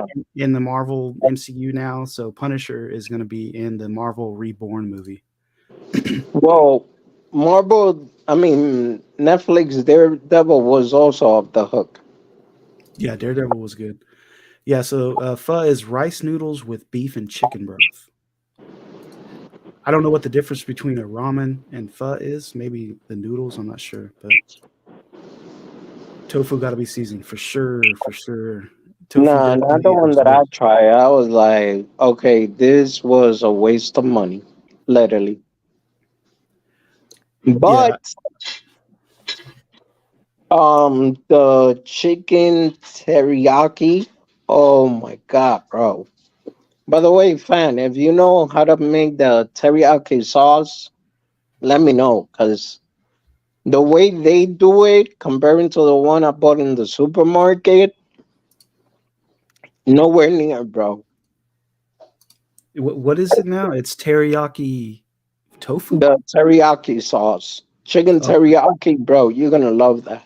oh, I like chicken teriyaki. So basically, there's a spot called Kai Sushi, and they cook really good, man. I mean, if you want some real good Asian food, you go over there. Little expensive, but it's worth it.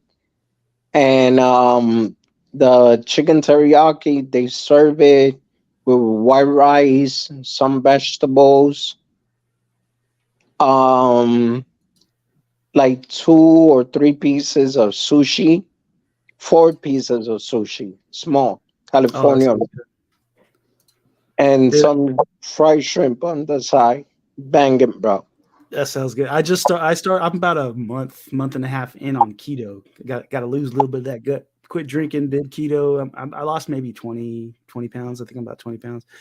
That sounds amazing. And then all this cookie talk. I'm like, Well, why you ain't tell me that, bro? I'm over here torturing with foods.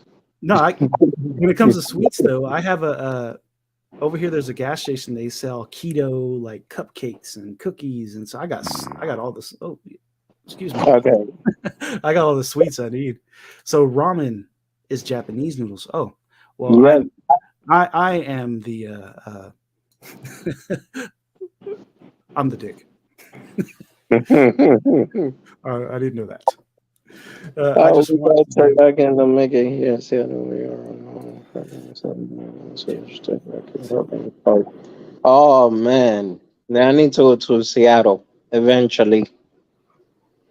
Well, if I ever go down to Seattle, I'll go say hello to John, and I'll go say hello to Fan in Austin. Mm-hmm. Yep, end up with that. She says if you want to buy one, a good brand is Yohida. Yo, And I believe that is the brand that we buy. okay, I'm gonna look it up because the one that I mean, Sonia made her own remix to it, which that's why I keep harassing her. She bought a teriyaki sauce, but then she also added honey to it. Oh, was it good? Bro, the chicken, I mean, not because she's my wife, but. Honey and teriyaki sounds like it would go together. Huh? Honey and teriyaki sounds like it would go together well. Yeah, yeah, it was good, man. I was like, yeah, we could get married again. Just saying. Hey, going to Vegas next month. My daughter's coming home from the military. That's why Nice. that's why I'm working Congrats. so much overtime. So and she wants to go to Vegas, so we're gonna go to Vegas for a week. It's gonna be fun, good times. I haven't been to Vegas in a couple years. It's fun, bro. I mean, a little crazy, not gonna lie. Like, definitely not a place for kids. You'll be seeing cheeks and Oh yeah, teeth all over the place, just so you know. cheeks for weeks. But we Yes. actually, our last trip, we did take our kids, and there's an Area 51 there, really cool place that it was fun to check out. So we did all kid stuff, and I think that was the funnest Vegas trip I ever had. When we just did only kids things. Of course, me Yeah. and the wife snuck out and did a little bit of gambling and checked out the bars when they were asleep. But during the day, that was fun. All the kids, we just stuck strictly to the the kid stuff, and it was a good time. Yeah, no, I mean, when me and Sonia went, we went, well, majority of the time, at least I was still good in crypto. I was still up. And we went to a lot of the famous hotel, the Bellagio. We went to the Wing something buffet. Bro, slamming food if you ever want to go there, but it is expensive. Other than that, the strips at night they had like this crazy party. They do have, police surveillance and everything. So in that part, it's safe. Yeah. But yeah, there you could say cheeks for weeks, bro. Literally. Seiko said we need a DGen Vegas trip. That would be sick. That would be sick. Word. The last time when we went to Vegas with the kids, it was basically a kids trip. But me and my wife got tickets to a Jelly Roll concert on Fremont Street. Amazing. That was a good time, dude. It was packed. It was the Jelly Roll did his thing. If you don't know who Jelly Roll is, he's like a hip hop country, a little bit of variety of everything. Dude's great show. Don't know who that is. Oh yeah, you gotta check him out. All right, fan. Thanks for stopping by. Have a good Later, one. Drive fan. safe. Yeah, DGen Vegas trip. That'd be cool. We all get a stay at some nice hotel or something. Yeah, I don't know where we're gonna stay at this time. The Flamingo Hotel wasn't bad, to be honest with you. That's the old school one, right? Unless you want something fancy, then the Venetian Hotel, expensive, but pretty cool too. Now, I've never stayed at the Venetian. That's the one with the gondolas, right? I know my brother stayed there before. He said it was really cool. Yeah, I mean, you walked in there, bro, and literally Italy in that hotel. Like they got the sky and everything, and it's pretty cool, man. I enjoyed it. We usually stay at like the Luxor. Luxor has like That's the pyramid one, right? The pyramid, we stay there. You know, New York, all those ones up there. New York, Excalibur. Yeah. New York. I went, I didn't stay, but I just stopped by, visited, just to take some shots. And I liked it. Visited just to take some shots. I like that. That's it, man. That's it. just for the record, anybody asks, yo, you guys ever been here? Be like, oh yeah, here. I got the proof. I got a huge collection of shot glasses. I'm that old guy that collects shot glasses everywhere I go. I got so many Vegas shot glasses. I think we got one at almost every casino we went to. Okay, that's cool. The casino, I'm not gonna lie, man. So I'm not really a gambler in that sense. Like, I feel that majority of those machines are rigged anyway. So what I ended up doing was I pulled out $100. I told Sonia, let's go to the casino. We went to the casino. If I lose that $100, that's it. We're done. Yeah. Bro, when I lost 50, I said, fuck it, let's go eat with the rest. See, I'm not a huge gambler. I'll gamble every now and then, but my wife, she played the slots, the slot machines. She was killing it that night. I was like, man, here I am spending all my. I had to ask her, hey, can I get a little bit of spending money? she's over there killing it on slots. No, well, with me and Sonia, we both were bad at it, bro. Like, if anything in one, it said I won, and I was so happy it was $2. I was like, screw you. Yeah. Dude, such a big price difference on going during the week than on the weekend. Like the Mirage, $100 a night compared to $600 a night on a weekend. Yeah. I mean, those hotels are neat, and they look, I mean, crazy, bro. So inside, it feels like, well, maybe it's just because I'm used to the projects, bro, but I felt like I was in a rich mansion. Oh, yeah. Yeah. I like to ball out a little bit if I go to Vegas. I like to dress up, feel like I'm somebody for a minute. Yeah, hey, man, shit. And it's all good until I come home and I'm like, oh, my God, I spent too much Back money. to reality. Up the goes gravity. Have you ever stayed downtown at Fremont Street? I actually wasn't that far from Fremont Street because the strip is down there too.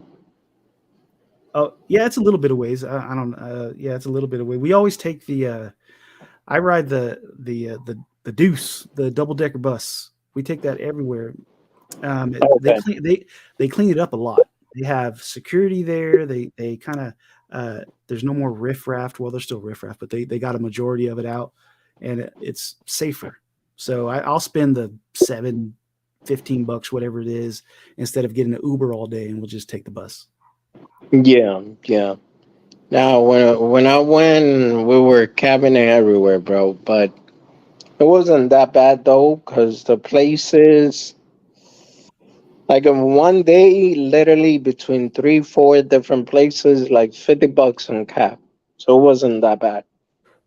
$50 in a cab for one whole day. Yeah, That's like not bad at all. Yeah, like three to 4 different places. Oh, that's cool. Yeah. I also want to stay at the South Point. It's up there. It's off the strip going past Luxor. It's a resort. It's got a bowling alley, everything. I don't even need to go to the strip. It's just has a movie theater, bowling alley, everything you need. No, I mean, honestly, like I said, unless you really want to go to the strip, then you go there. On the strip, they got the Golden Nugget Casino.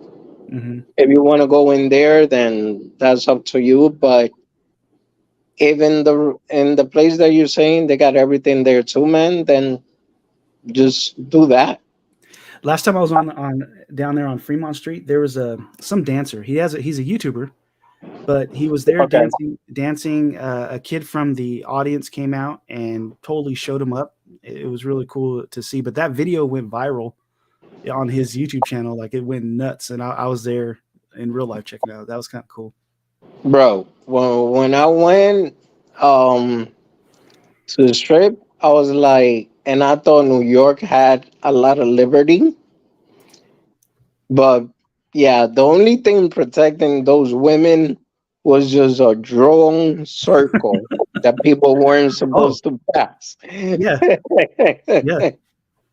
That's the only thing protecting them. I'm like, this is crazy. And those circles used to not be there. That was their, they were trying to organize it a little bit better for the street performers to have their own areas. Before Yeah. it was just everywhere. But yeah, Yep. now they got their own space, and I've seen people fight over those spaces. Yep. It's always entertaining. There's always something cool. Yeah. Seiko said South Point has good noodle bar and oyster bar. And oyster. I have never been to an oyster bar. I forgot the place where I went into. I'll probably ask Sonia, but the one that I went to, they had steak and lobster, bro. Oh, nice. For like, no lie, $17. Really? Where did you find that at? Because I noticed back in the day, I've been to Vegas, a few times. Back in the day, you literally can find a steak dinner from a really good steak dinner for like $10. Now you can't find it. It's like $50 for a good steak over there now. No, the one, that's what I'm telling you. I gotta ask Sonia what was the name of the restaurant, because we were in the strip and we were already hungry, bro. And oh yeah, that's another thing.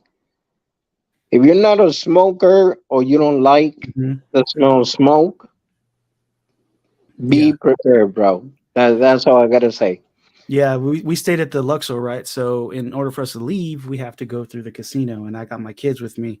I did not like that at all. You gotta go through the casino and everybody's smoking. I'm like, come on, let's go. I was like, you guys are getting inhaling smoke.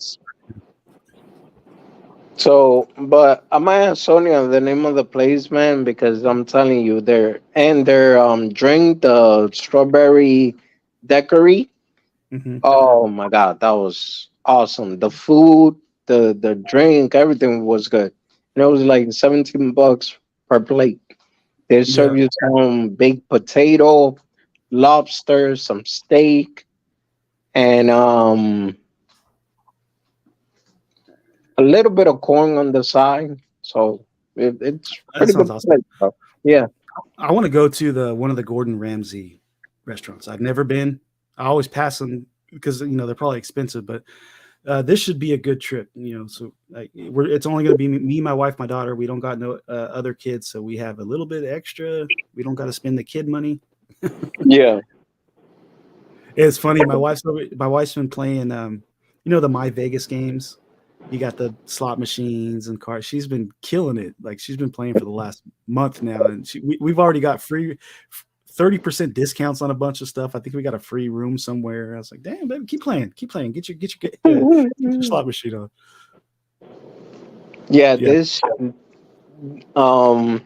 she got luck like that, and yeah, man. And at times, from what I noticed, you have better chances of playing with the machine that has the most prizes, because nobody has won that yet.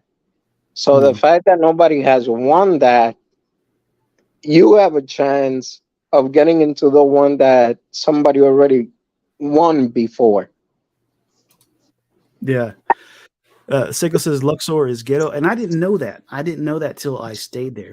Our room was actually really nice because at the time they got all the stuff. Bellagio upgraded, and Luxor got all their hand-me-downs. So the remodeled room is good, but oh, someone's passing gas. it is a little bit more ghetto than I thought. But what's even more ghetto than the Luxor? Circus. I took my kids down because it's a kid trip, so I was like, let's check out Circus. God. That was like I said, the Bellagio and the Venetian Hotel, bro. I mean, they're expensive, but they're worth it. And very high class. Yeah. Cool, man. You know what? I think a 3.5 hour stream's pretty good for me. Oh, I got a new chair. Check out the chair, dude. Nice, Got it bro. last night. I've been sitting on a metal chair. That's a gamer chair, right? Yeah, I can literally recline it and go to sleep. It's perfect. Oh, nice. Yeah, but I think I'm gonna sign out, man. I appreciate you jumping on. Everybody hanging out in the chat, I appreciate it. You know what I mean? 3.5 hours is I think that might be close to my max. I'm like I got stuff I got to do. Yeah, no, not a problem, bro. Thanks for having me, and peace out, everyone. Cool. All right, I'll see you guys all later. Have a good one. Chaka